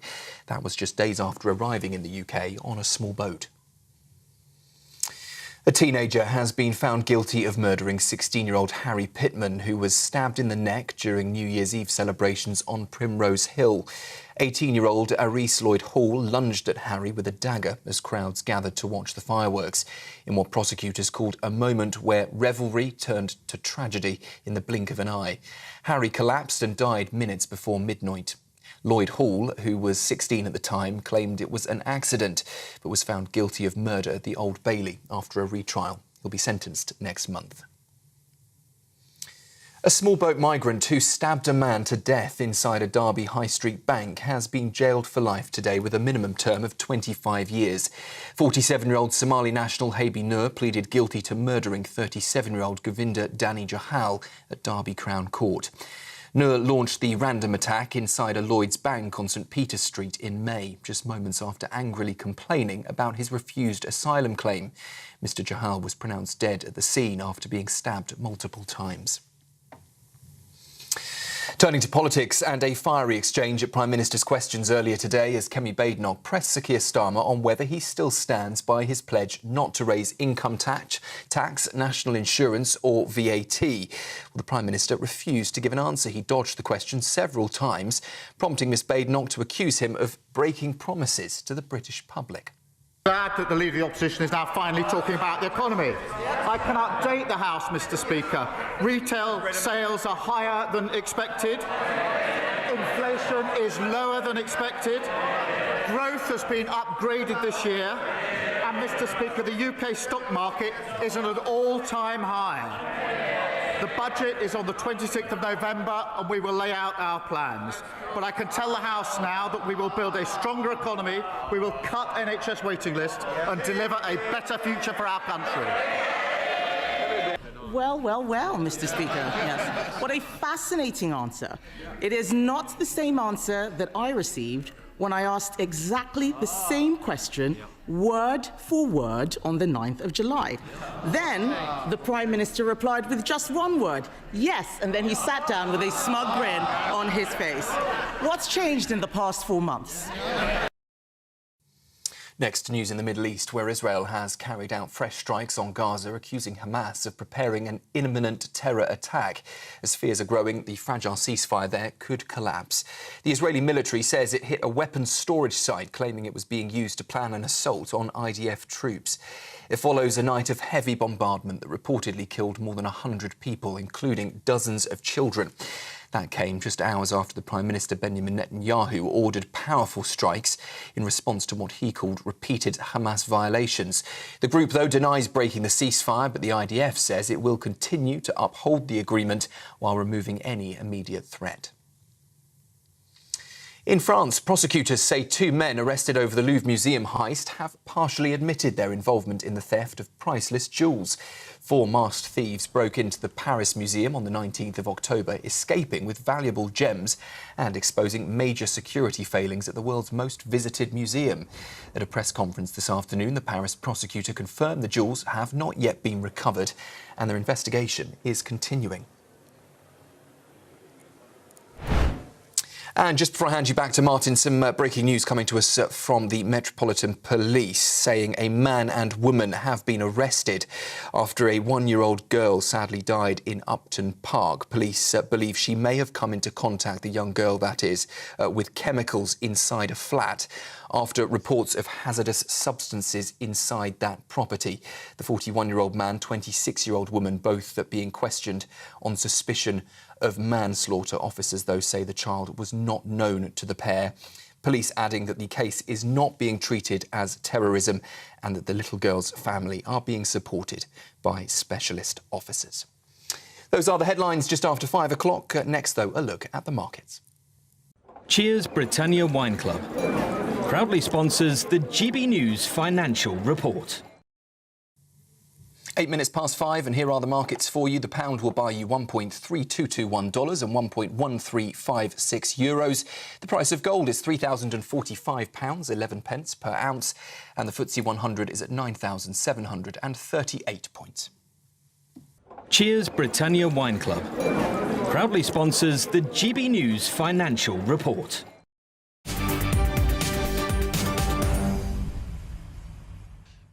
Thank you, Sam. Now, the migrant sex offender who was mistakenly freed from jail last week and roamed around London for 3 days, he was given £500 after threatening to lodge an asylum claim to block his deportation to Ethiopia.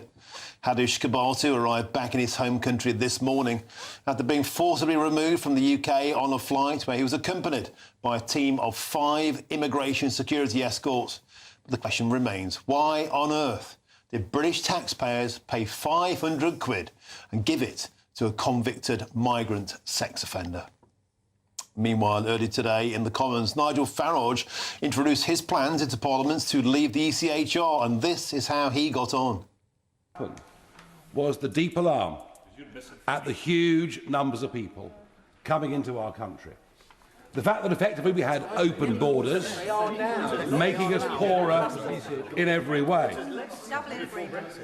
Now, of course, our membership of the European Council, of the European Convention, and then it's writing into British law in 1998, kind of enshrined this, and it's what I think Tony Blair wanted us to do. Now, I believe that Brexit cannot be complete, all the while we're subject to a foreign court and frankly, a piece of legislation brought in by the Blair government upon which judges can choose their own political interpretation. We are not sovereign, all the while we are part of the ECHR, the European Council and its associated court. It's as simple as that. And do you wonder, it's marvellous to see the intellectual levels of debate in this place, it really is. Do you wonder that out in the country there is growing frustration? Order. Can I remind members that the honourable gentleman has a 10-minute rule bill in front of this House and should be listened to without interruption. Nigel Farage. Thank you. Well, 2 things to discuss there. Let's take them one at a time. I'm joined in the studio by the Reform UK councillor, Layla Cunningham. Of course, I'm also joined in the studio by Nigel Nelson, our senior political commentator. Layla, welcome to the studio. Let's start, if we could, with the situation around an extraordinary situation today. And that is, of course, Hadush Kabatu, who sexually molested a 14-year-old girl. He became the subject, the catalyst for all those hotel protests in Epping and around the nation. He wandered out of jail mistakenly last Friday, was finally nicked in a park in London, spotted by the public, not by the coppers. Now we find out today the final insult for many, paid 500 quid to go home by British taxpayers. Are we an absolute joke of a nation? A joke, Martin. Think about it. This is a convicted sex offender who arrived here illegally, and he was rewarded with a hotel stay, and we had to pay him £500 because he was about to launch a claim, an asylum claim, and he threatened to derail his deportation. If the treaty does that, then the treaty has to go. If a law or a treaty stops us from deporting illegal criminals, then you change the law. You don't hand out taxpayer cash to criminals. It's absurd. It's weak. But it is being changed. I mean, no, it's not. We're not getting rid of the ECHR. No, we're not getting rid of ECHR. But that's the claim he was going to bring under. We're not getting rid of human rights. Where it's going to change, though, is on conviction, we will be able to send them straight out of the country. Now, on the 500 quid, I don't understand that either. I don't see why, if he had 5 security guards with him, why he couldn't be put in the seat of the aircraft and then handcuffed to it if he needed to be. But as far as getting him out of the country, once this new law is passed, he will be able to get these people out of the country the moment they're convicted. Do you believe that? So, Nigel, hang on. You're saying we're not going to get rid of the ECHR, and then you quickly slipped in human rights. We don't need the ECHR for human rights. We founded human rights. We founded habeas corpus, trial by jury, Magna Carta. We don't need Strasbourg giving us the right to have the human rights. No, we've got the Human Rights Act. Yes, that was only implemented by Blair to get us closer to the European Union and to embed the ECHR in our laws. And that was 40 years after the ECHR came out. Listen, if an international treaty stops us from keeping people safe, then it has to go. But it doesn't. That's it. Yes, it does, because he was going to file a claim. And we already had... So you know why? So he was deported today. And you know what I find interesting? That when there's the political will, the machinery to deport him is there. And you know why he was deported? Because the Borders Act says that if you get a conviction, it's not new legislation, if you get a conviction for 12 months or over, the Home Secretary must deport you. Why do I have to wait until someone is raped or killed for them to be deported? Why, if we have... Well, because you have to wait till someone's committed a crime before you can find them guilty of it. Why do I... No, what sort of society do we live in if we're actually waiting for someone to commit a crime? They committed a crime by entering this country illegally. Didn't. Yes, they did. It is illegal to enter this country. Layla, we've had this argument before. Is it illegal before. to enter this country? No, illegally. Not if you claim asylum. No, I'm sorry. The way it works is they enter this country illegally and then they say the word asylum. They're not real asylum seekers. They're coming from France. But that's a different argument. No, it's not a different argument. As the law stands, they are criminals. You cross the channel to claim asylum. No, that is not illegal. No. If you flew in without a passport, that is illegal. And they are doing it. So we are not equal under the law, Nigel. I am required to have a passport. Illegal migrants are not. If the barrier, there is a barrier right now that prevents us from deporting illegal migrants. And the Borders Act only imposes a responsibility and an obligation on the Home Secretary to deport them only once they commit a crime. I want the trigger not to be a serious offence. I want the trigger for deportation to be illegal entry into this country. You want to decriminalise illegal entry. No, I'm not decriminalising. Yes, you are. It's not a criminal offence in the first place. So you're saying it is not a criminal offence That's right. to arrive on our shores illegally? That's right. Wow. It is not a criminal offence to arrive on our shores to claim asylum because you cannot claim asylum except at a British border or on British soil. That's why people cross the channel to get here. No, they cross the channel because, to get here. Unlike France, we give them an all-inclusive stay and full access to benefits. They're in detention centres in France. Hang on. Are you actually telling the viewers that arriving in our country on a boat is not illegal?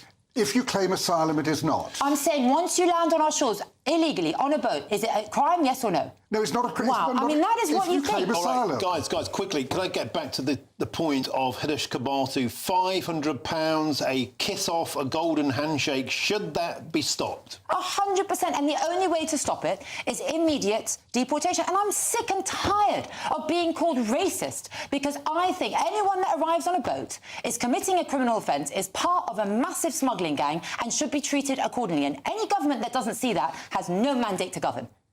Nigel Nelson. Well, I would never call you a racist, Layla. That's the first thing. Well, the party you support does, so there you go. Well, no, it doesn't actually. Yes, it does. What it does is it calls out racism, which is slightly different. No. So, well, please. But you're talking about the Sarah Potion event. No, I wouldn't call her a racist I'm talking either. about Keir Starmer calling us racist. I'm talking about the Home Secretary saying we are worse than racist. I'm talking about Wes Streeting calling us racist. I'm talking about your whole conference was talking about a specific remark which he labelled racist. No, I'm talking about the conference where almost every cabinet minister called us racist for some reason or another for saying that illegal migrants that enter this country are illegal migrants and they need to be treated like criminals. That we don't owe them anything. The British public doesn't owe them anything. We don't owe them the benefit of the doubt. We have to treat them as criminals because that's what they are. But what you're arguing is that nobody should be allowed to claim asylum in this country. If you arrive on a boat, you throw your passports away. There's no other way of getting here. You should not. There is no other way of getting here. I am sorry. You cannot fly into an airport and claim asylum because you need papers to get on the plane in the first place. Okay, so because of that, you want to sacrifice the safety of women and girls here. Is that it? No, because yes, you are. That is taking it to an extreme. Someone was sexually assaulted by them. Someone so was. How many is enough for you, Nigel? We're talking about 50,000 people who've come across. So I'm not suggesting that I'm not defending people who commit crimes here. And yes, you obviously are. You're saying they're asylum seekers. They should then be straight out of the country immediately. So you don't believe in prevention. You believe in only once they've done a crime. Layla, thank you. I'm sorry, it infuriates me. I can tell. We have to move on. Nigel Nelson, thank you very much. I want to bring in my next guest now, wonderful human rights lawyer David Hay. David, thank you for waiting patiently there as it all kicked off in the studio, but you can't interrupt great television, my friend. Over to you now. I want to ask your opinion, David, on the legitimacy, the legality of paying 500 quid to a foreign sex offender to get them out of the country. The optics are utterly terrible. Should it be stopped? Good afternoon, Martin. I think there's two issues here. There's the legality of it and the optics. I mean, I think the legality of it, the law is, the regulation is there. It's something that's done often that we'll never hear about in other cases. And it comes down to, a matter of cost. What is more cost effective? Sending someone through the court process, sending officers with them, cancelled flights, that costs tens and tens of thousands, or paying them some money, as unpalatable it may seem, to get them out of the country quicker. Of course, we shouldn't have to do that. I think the problem here, though, and this is yet more mismanagement, I think, on the part of the Home Office, is that this particular individual is probably the most famous criminal and deported asylum seeker in the country, if not Europe, at the moment. So by doing that, by sending him there with some money, they're not breaking the gangs, I don't think. They're breaking Britain and effectively being the best PR for the gangs, because every single person that is looking at, whether they're genuine asylum seekers or not, that is worried about deportation, they will look at this and they will say, well, hang on a minute, let's do the same thing. And they now know, which many probably didn't, that they can get up to £2,000. So, this has just promoted that action at the last minute. So you're going to have more disruption, more people doing that. So I think, yes, in the short term, it might have saved a bit of money on this particular individual's actual total cost of deportation. But in the medium to long term, this has been a big, big error.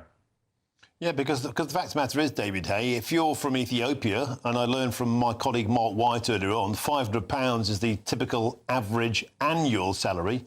You get a year's worth of money if you come to Britain and molest a child. But it's completely broken. And, Martin, I hate to say this, but, I would, if I were a betting man, I would put money on the fact that that gentleman will find a way, and I don't use the word gentleman, he'll be back here in a certain period of time. Because why not? It's easy for him to get across here, and then he can go through that whole process again. So people are abusing our asylum system, and part of that is that people always tend to forget that there are genuine asylum seekers, and asylum used to be a badge of honour of strong people fleeing persecution, and now it really is a badge of dishonour. And that's a terrible thing, because people do genuinely need our help. It's just been abused by so many people, and our Home Office and government are completely mismanaging it to what they've done now, effectively acting as an advertisement agency for the smuggling gangs. David Hay, I think you've absolutely nailed it, as ever. Thank you very, very much for joining us on the show. Human rights lawyer, great friend of the show, David Hay. Thanks for your time. And thank you to Layla Cunningham again and Nigel Nelson for that spirited exchange. Now, coming up next, the Prime Minister has refused to rule out tax rises to income tax at the budget. This is GB News, Britain's news channel.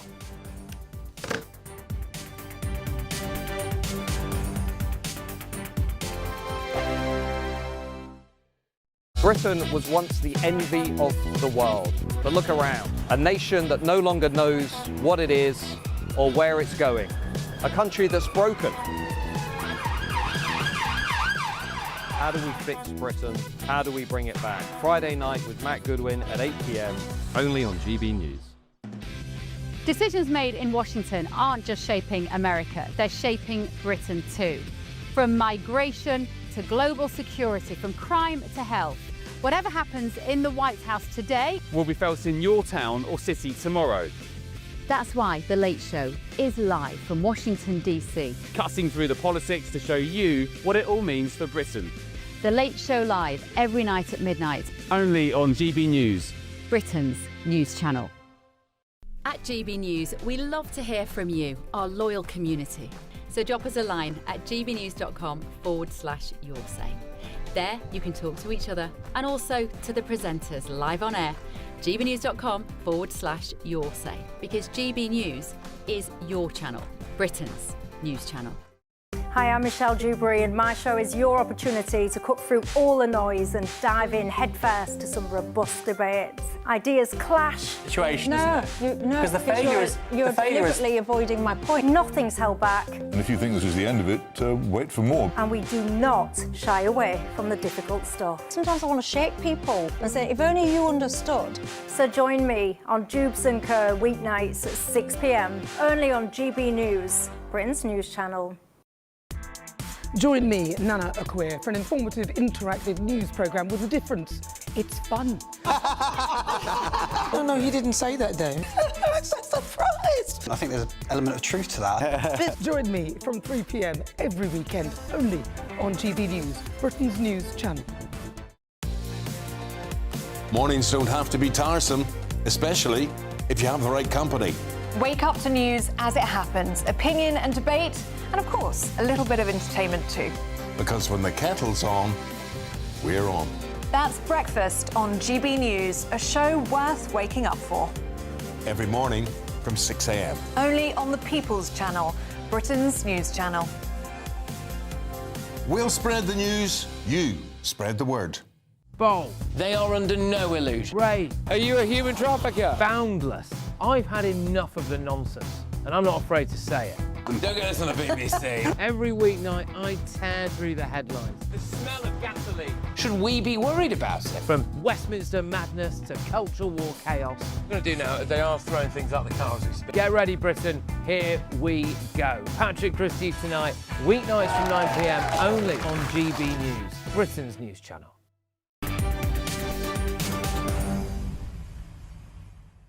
Welcome back. It's 5:24. You're with me, Martin Daubney, here on GB News. Now, it's a story which has shocked many across Britain. It's the 49-year-old dog walker, Wayne Broadhurst, who was stabbed on Monday in Uxbridge. Now, he was treated by paramedics, but he died at the scene. And a 22-year-old Afghan national was tasered and arrested at the scene on suspicion of murder and also of attempted murder.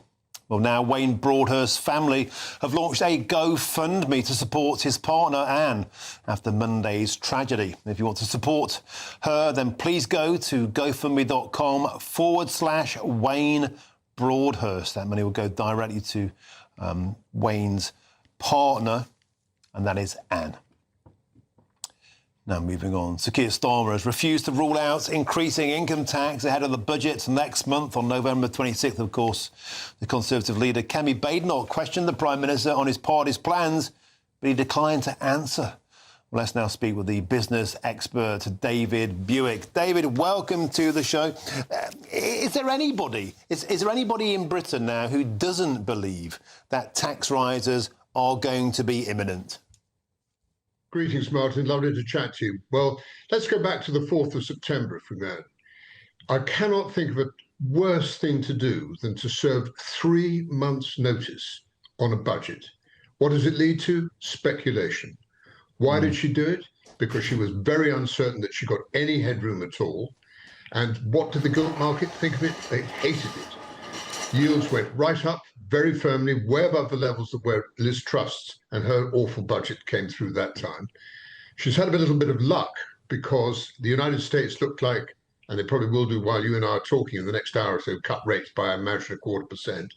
This has been preempted by the fact the gilt market has seen this coming. So there's been about a 30 basis points, just over 1/3% coming off, which is a percentage of, 4 or 5%. It's quite a lot.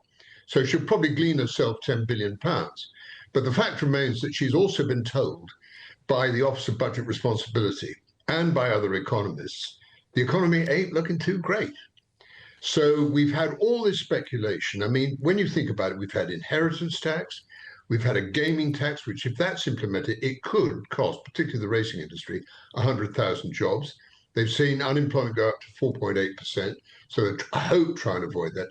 A bank windfall tax, well, I can't think of any worse possible tax. Why? We spent 15 years getting over what happened during the last Labour government, which was, of course, the credit and banking crisis. And we've just got to more or less the levels that we were 15 years ago. Yes, they're making nice fat profits, but we need them. If they were to put in windfall tax, you can say goodbye to easy mortgages because banks just won't want to do it.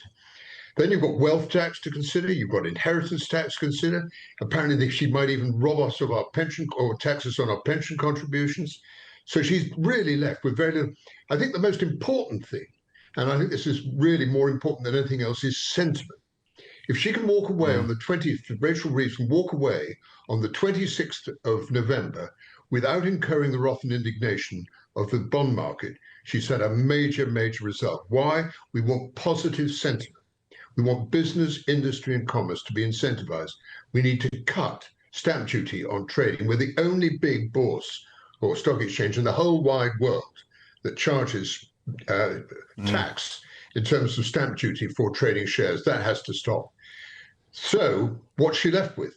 She's really left with the safest thing, which people will, the middle classes will absolutely holler at, is income tax. And the word on the streets might be 2p, which takes my breath away, for particularly people from middle and lower income who are struggling like mad, without pushing the threshold up above the levels which we need to save people who really haven't got any money. And as for separate tax, well, I think over 150,000, I wouldn't rule out 5p. And I think he doesn't want to tell us what's going on, nor does because they're buying time, hoping in the next month that things will dramatically improve. There might be another cut in rates in the UK, which might just give him a little bit more spending room. But that's the reason why the options are terrible. David Buick, we've gone from the Blairite mantra of education, education, education, seemingly to taxation, taxation, taxation. And we've heard everything is to blame, from Brexit, Nigel Farage, Donald Trump, Vladimir Putin, energy costs. When will the Labour Party perhaps admit they got it wrong? They got things wrong?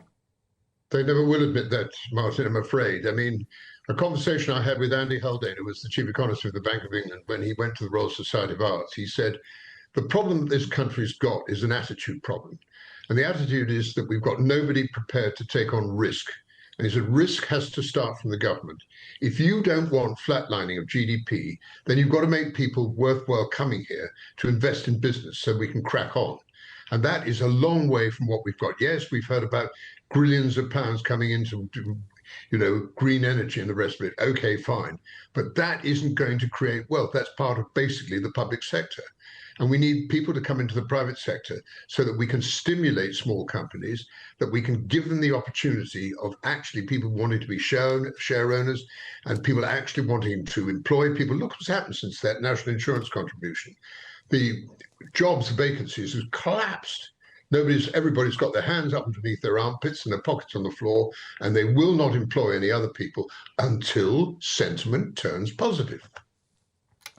OK, David Buick, an excellent and comprehensive summary. Thank you very, very much for joining us today on GB News. Business expert David Buick, thank you very much. Quick blast from you, Nigel Nelson.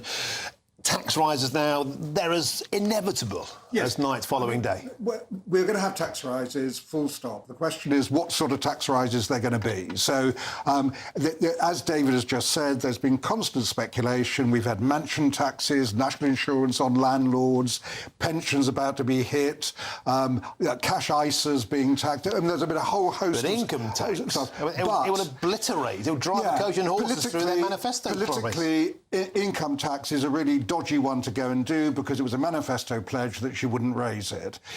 From an economic point of view, is by far the easiest one. It spreads the pain across everybody rather than going for specific groups who each claim that they're being treated unfairly.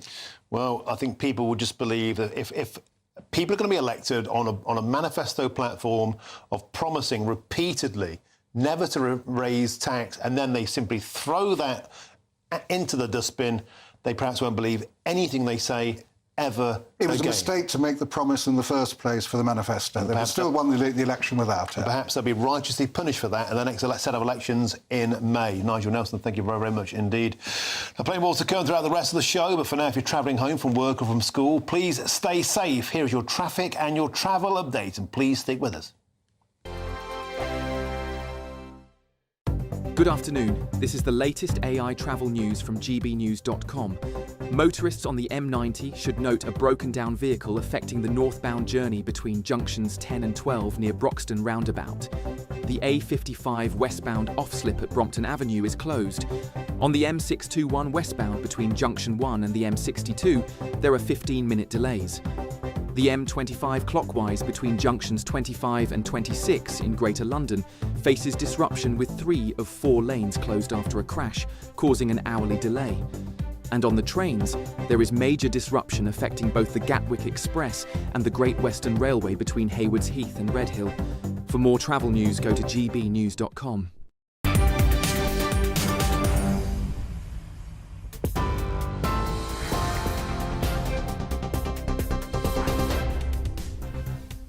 Very good evening to you at 5:33. The top story tonight, convicted sex offender Hadushka Batu has been deported back to Ethiopia after being handed a £500 payment to stop him disrupting the process. He'd arrived on a small boat and was rearrested just days after assaulting 2 women in Essex. A teenager has been found guilty of murdering 16-year-old Harry Pittman. 18-year-old Aris Lloyd Hall stabbed Harry in the neck during New Year's Eve fireworks on Primrose Hill in London. Prosecutors said it was a moment where revelry turned to tragedy in the blink of an eye. Israel has carried out fresh strikes on Gaza, accusing Hamas of preparing, they say, an imminent terror attack. The Israeli military says it's targeted a weapons site, claiming it was meant for use against its soldiers. It follows the killing of an Israeli soldier in Rafah and comes as local reports suggest more than 100 people died overnight. In France, prosecutors say 2 men arrested over the Louvre heist have partially admitted their role in the theft of priceless jewels. 4 hooded thieves broke into the museum's Apollon Gallery on the 19th of October, but the jewels still haven't been recovered. Arrests for illegal working in the UK have hit record highs. More than 8,000 migrants have been detained in a year-long enforcement blitz. The Home Secretary says Britain's border system has failed to meet the challenge, but vows to fix it. Victims of the Post Office Capture IT scandal are finally being compensated decades after faulty software ruined lives. The new redress scheme offers payouts of up to £300,000 in what ministers call a long overdue act of justice. Those are the latest headlines for now. A full roundup at 6. For all the latest from GB News whilst you're on the go, get the GB News app. Scan the QR code now to download or visit gbnews.com/app.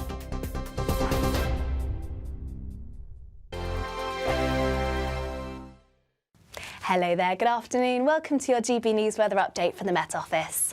As we head our way towards this evening and overnight, any rain will soon ease away, leaving plenty of clear skies, light winds, which means it is going to be feeling cold with some overnight frost. Low pressure has very much been dominating our weather, situated to the north, sweeping in some fronts, particularly across parts of the south and southeast, and that's where we've seen the bulk of the rain through today. But as we progress through into the evening, any rain soon easing away. There could still remain some showers at times, but even these will die off through the early hours of the morning. So mostly dry, plenty of clear skies, so it is going to be turning chilly. Likely we'll see some patchy frost, particularly across Scotland and in northern areas, more widespread here, and possibly even some mist and fog through the early hours of the morning. So for all, it is set to be a chilly start to Thursday. Some patchy frost across Scotland, particularly around any rural areas. It's likely will dip below freezing here. Still some scattered showers, though, around coastal areas. Some thicker areas of cloud just beginning to progress their way into Northern Ireland, but elsewhere across England and Wales, it should be a mostly dry and bright start. That cloud starting to edge its way into parts of Wales and southwest England too. Now, it should be a bright start to the day for many, although it will be chilly, but eventually we'll see more clouds start to push in from the west, remaining dry for many areas, though some wet and windy weather soon skirting into Northern Ireland, perhaps just clipping western areas of England and Wales and also Scotland. A chance these winds could really pick up into the afternoon around coastal areas of Northern Ireland too. A Met Office warning has been issued for these, and still feeling relatively chilly, highs reaching around 14 to 15 degrees Celsius in the south. Cloud outbreaks of rain will continue to push in their way from the west. These will be heavy and rather blustery at times. A good chance we could see further coastal gales through the course of the evening, and also plenty of showers, some blustery weather if you're out trick-or-treating later on Friday. That's it from me. Bye-bye. Westminster's full of talk, but out here, it's the real world. Am I allowed to talk now? No, that's it. This is where it matters, real people and real lives. That's what politics is all about. The fact that Trump made a good start, no. Straight answers, no spin, and just a couple of pints. How many fingers have I got up? About 10. So join me for Lee Anderson's Real World every Friday at 7 p.m, only on GB News. The People's Channel, Britain's news channel.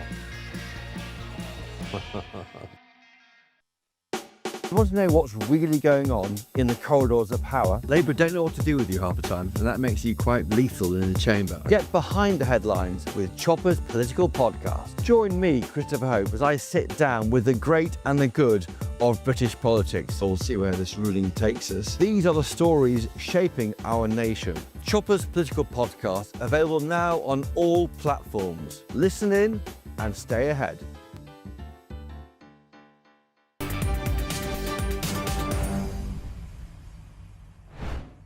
Welcome back, 5:38. We've got some major breaking news for you now, just in. And the Crown Prosecution Service has today announced that 22-year-old Safi Dawood has been charged with 1 count of murder, 2 counts of attempted murder and possession of an offensive weapon following, of course, that triple stabbing in Uxbridge on Monday. To repeat that, the Crown Prosecution Service have named the alleged attacker, and that is, they've announced today, the 22-year-old Safi Dawood has been charged with 1 count of murder, 2 counts of attempted murder and possession of an offensive weapon following that triple stabbing in Uxbridge on Monday. More on this breaking news story later throughout the rest of the evening here on GB News. Now, the Labour Party is cracking down on the 4-day working week. The Community Secretary, Steve Reid, he's blasted South Cambridgeshire Council, that's run by the Liberal Democrats, saying he's deeply disappointed with its decision to give staff full pay for fewer hours. Well, he's now demanding answers amid claims that the shorter week is impacting output, as another 25 councils across the nation are said to be eyeing up the move. Well, I'm joined now by the head of campaigns at the Taxpayers Alliance, Elliot Keck. Elliot Keck, the 4-day working week, the socialist utopian dream, has been knocking around forever. I say, if you're a private company, you're graphic designers in Brighton, crack on. Yeah. Do what you want. But this is on the taxpayer's dollar. Why should I, as a council taxpayer, pay somebody 5 days a week when they only work 4? Yeah, it really is that simple, and it's bizarre how long it's taken the Labour government to wake up to this fact, but they are actually waking up to this fact, to be fair to them. It's not often the TPA are praising the Labour Party or a Labour minister, but actually Steve Reid has absolutely done the right thing here. It's a shame that they didn't do this earlier, so there was this, the last government had this essentially called a best value notice in place on this council, on this rogue council conducting this experiment on their residents like their guinea pigs. And this best value notice essentially required this council to provide the government with regular updates about how they were doing. One of the first things Angela Rayner did when she came to the job was she removed that best value notice. That was a ridiculous thing to do. It was clear this council had gone rogue. The government had this fantastic opportunity to improve the lives of the residents of South Cambridgeshire. They didn't take it. But Steve Reid, actually, he's come into the position and he's looking at this council and he's thinking, why on earth? If, you know, they claim we claim we're on the side of the working people. Well, working people are paying their council tax for a full-time council, and they deserve a full-time council. Joe Ryle is the campaign director for the 4-Day Week Foundation. They've locked horns with him in the past. Yeah. Elliot Keck, he was on the show earlier on.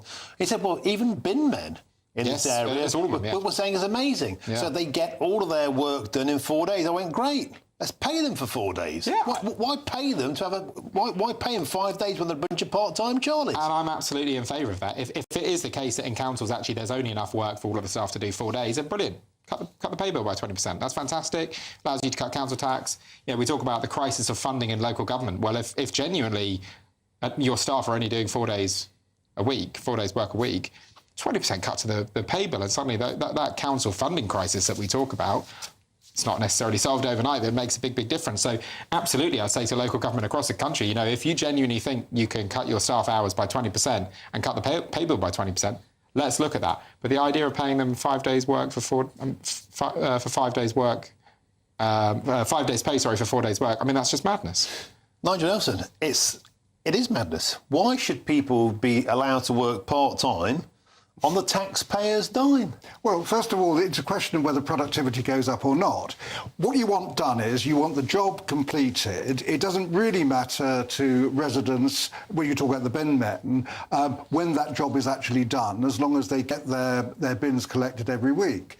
If you look at the experiments that have been done with this, when 61 companies a couple of years ago trialled a 4-day week, sick days went down by 65% on average across the board, and 9 out of 10 companies, after the trial was finished, carried on with it. So the key is it doesn't suit every industry, but when you can actually show that productivity goes up when you do it, or at least remains the same, why should people work an extra day for no reason? Is it true, Elliot, that productivity... Look, explain to me in simple terms. If you've got 10 potholes to fill, how can you do them? You know, they need to be filled all the time. Not 80% of the council time. is a 24-hour service, right? Let's say you need emergency repairs in your social housing and it's something in the middle of the night. You need a council to be 24/7. So, you know, just very bluntly, if they're only doing 4 days' work and 5 days of pay, then they should be working harder, or you should be cutting the number of staff. On your example, then we've got a problem at weekends because, I mean, if they're 24/7, they've got to actually be available 7 days a week. Of course you have that kind of cover available. What you're saying there is where it is possible to bring it in and where you don't lose any productivity out of it, what is the objection to people doing that, especially if it brings sickness rates down, it helps recruitment and helps retention? So the evidence in South Cambridgeshire is very paltry. I mean, to go back to the private sector evidence that was done, the private sector survey that was done, that was already a selection of businesses that essentially self-selected for being 4-day working week businesses. Lots of them were already on 4-day working week. So yes, the survey did show that most of them had a good experience and most of them continued with it. But a lot of them, you know, this was a self-selecting group of businesses. It wasn't a randomised control study of businesses across the country. And, you know, local government and public sector is just a fundamentally different beast. You know, we need our NHS working 24/7. We need our police working 24/7. We need our fire service working 24/7. And when we haven't seen productivity increase in the public sector for 25 years, the idea that simply taking a day off their working week is going to suddenly, you know, you would need a 25% increase in productivity to make up for that 20% reduction in working hours. That's not going to happen. We have to leave it there. My house is burning down. Well, we can't come round. It's Thursday. Utter nonsense. Elliot Keck, Nigel Nelson, thank you very, very much indeed. Now, in a statement, the leader of South Cambridgeshire District Council, Councillor Bridget Smith, told GB News this: "We are extremely disappointed to receive this letter from the Minister, as we are an exceptionally high-performing council. Since implementing the 4-day week, a working arrangement in which staff do 100% of their work in 32 hours each week, we've delivered an annual saving of almost 400 grand, maintained and improved performance. Staff turnover has decreased by 41% and the number of applications for roles has surged by 123%. As Elliot Keck shakes his head so much he's going to get RSI. Now, coming up next, the US streaming giant Disney has pulled the plug on its BBC Doctor Who deal after its woke rebrand has simply fallen flat. Let's face it, is it time once and for all that Dr. Woke was exterminated? That's next. First, if you're in search of some holiday sun, here is the forecast for some of the top European destinations.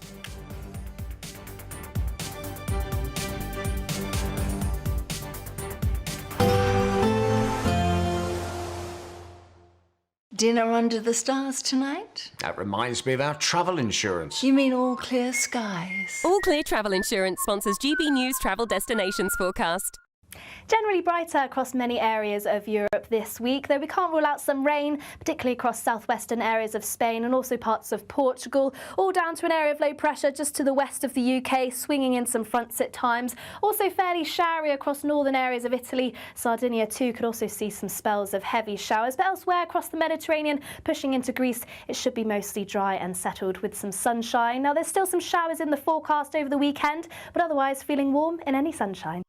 All Clear Travel Insurance sponsors GB News Travel Destinations Forecast. Britain was once the envy of the world. But look around. A nation that no longer knows what it is or where it's going. A country that's broken. How do we fix Britain? How do we bring it back? Friday night with Matt Goodwin at 8 p.m. only on GB News. At GB News, we love to hear from you, our loyal community. So drop us a line at gbnews.com/yoursay. There you can talk to each other and also to the presenters live on air. gbnews.com/yoursay, because GB News is your channel, Britain's news channel. GB News Breakfast, every day from 6 a.m. Some schools are banning birthday cakes from the classroom. Yeah, banning parents from sports. And now the great headline in the Telegraph: Labour puts the knife into nursery birthday cake. Apparently, new guidelines for the Department of Education are saying that you should not send your child into school with a cake when it's their birthday, because it's bad for them, it's going to make them fat, all the rest of this stuff. It's the nanny state once again on the march, isn't it? Is this a new thing? Because I don't remember ever taking a birthday cake. Oh, yeah, on we my did. birthday. For my we did too. Took a birthday cake. And I think some schools I've seen that have a fake birthday cake, which is not nearly as nice, with a fake cake with a candle on, so you sing happy birthday and blow out the candle. But, you know, I love the way Jacob Rees-Mogg... European GB News presenter has waded into this row saying, well, my children's nanny sends little cakes into school for all the children. Absolutely. He said the nanny sends them in. Only socialists know what is acceptable and what isn't. He says only socialists want to stop such innocent pleasures. And I think there's a real point about that. One school, actually, Broxburn Primary in Harrow, is saying, don't send your child in with a cake. Donate a book to the school library instead. I mean, that is just not a good substitute, is it? Cakes? No, my kids are 1 and 3, so they're not quite at that age yet. But it'll happen. It does it. But I mean, it should, because there is. It doesn't have to be a big splodgy cake. It can just be something. But even if it's a bit of a treat, there's no way the calories of school birthday cake are the calories making people fat. No. So we should focus on the big issues rather than ruining this fun. Well, yeah, I mean, I'm not a killjoy. I think kids should have a bit of fun. I just didn't know it was a thing. Yeah, it's all changed since my day. I think maybe it's the teachers who don't like the sugar rush the kids get afterwards, then they can't keep control in the classroom. GB News, the People's Channel. Join me, Nana Akweer, for an informative, interactive news programme with a difference. It's fun. No, he didn't say that, Dave.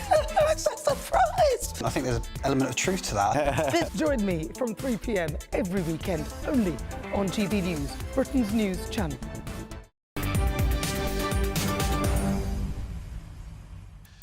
Welcome back. It's 10 to 6, and Disney has pulled out of its Doctor Who partnership with the BBC after just 2 series, following critics claiming the show has had a woke rebrand. And is it any wonder? Take a look at this. Me?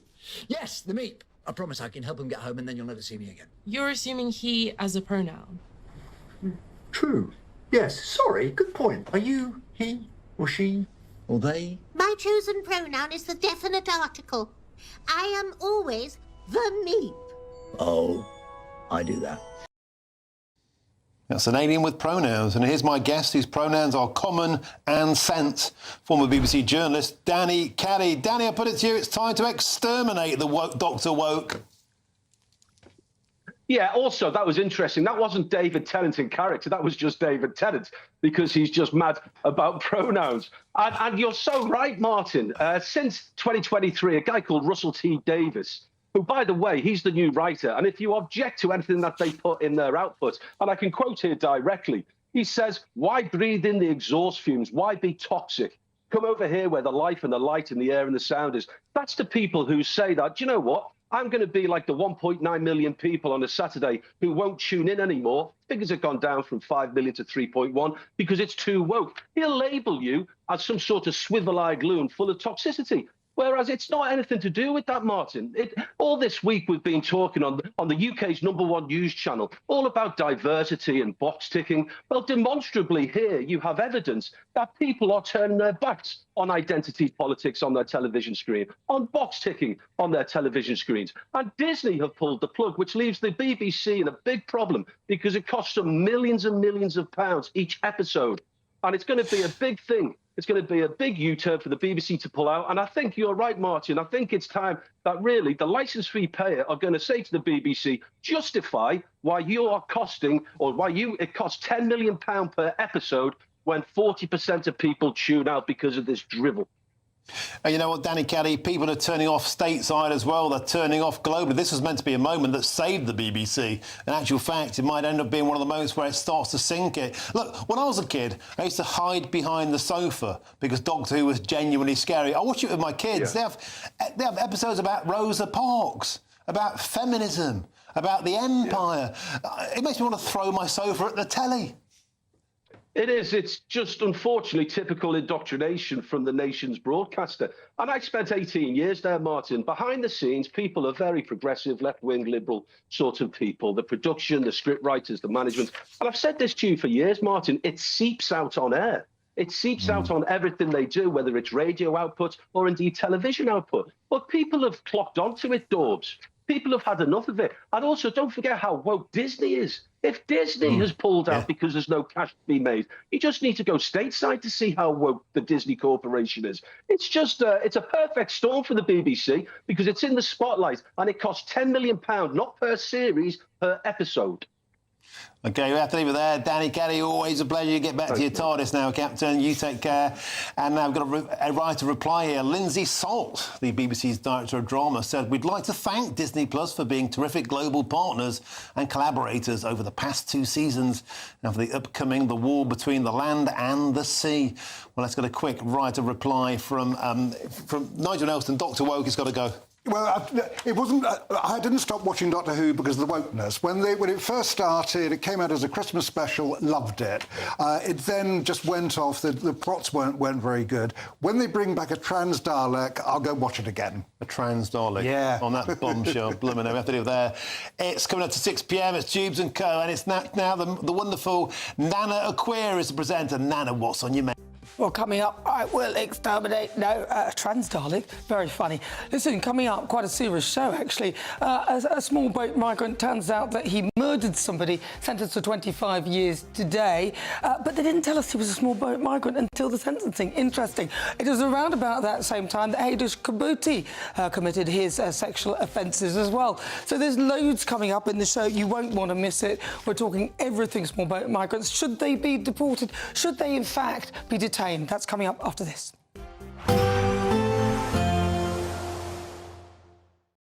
Today, clouds overhead, total zen within. Boxed Solar sponsors the weather on GB News. Hello there, good afternoon. Welcome to your GB News weather update from the Met Office. As we head our way towards this evening and overnight,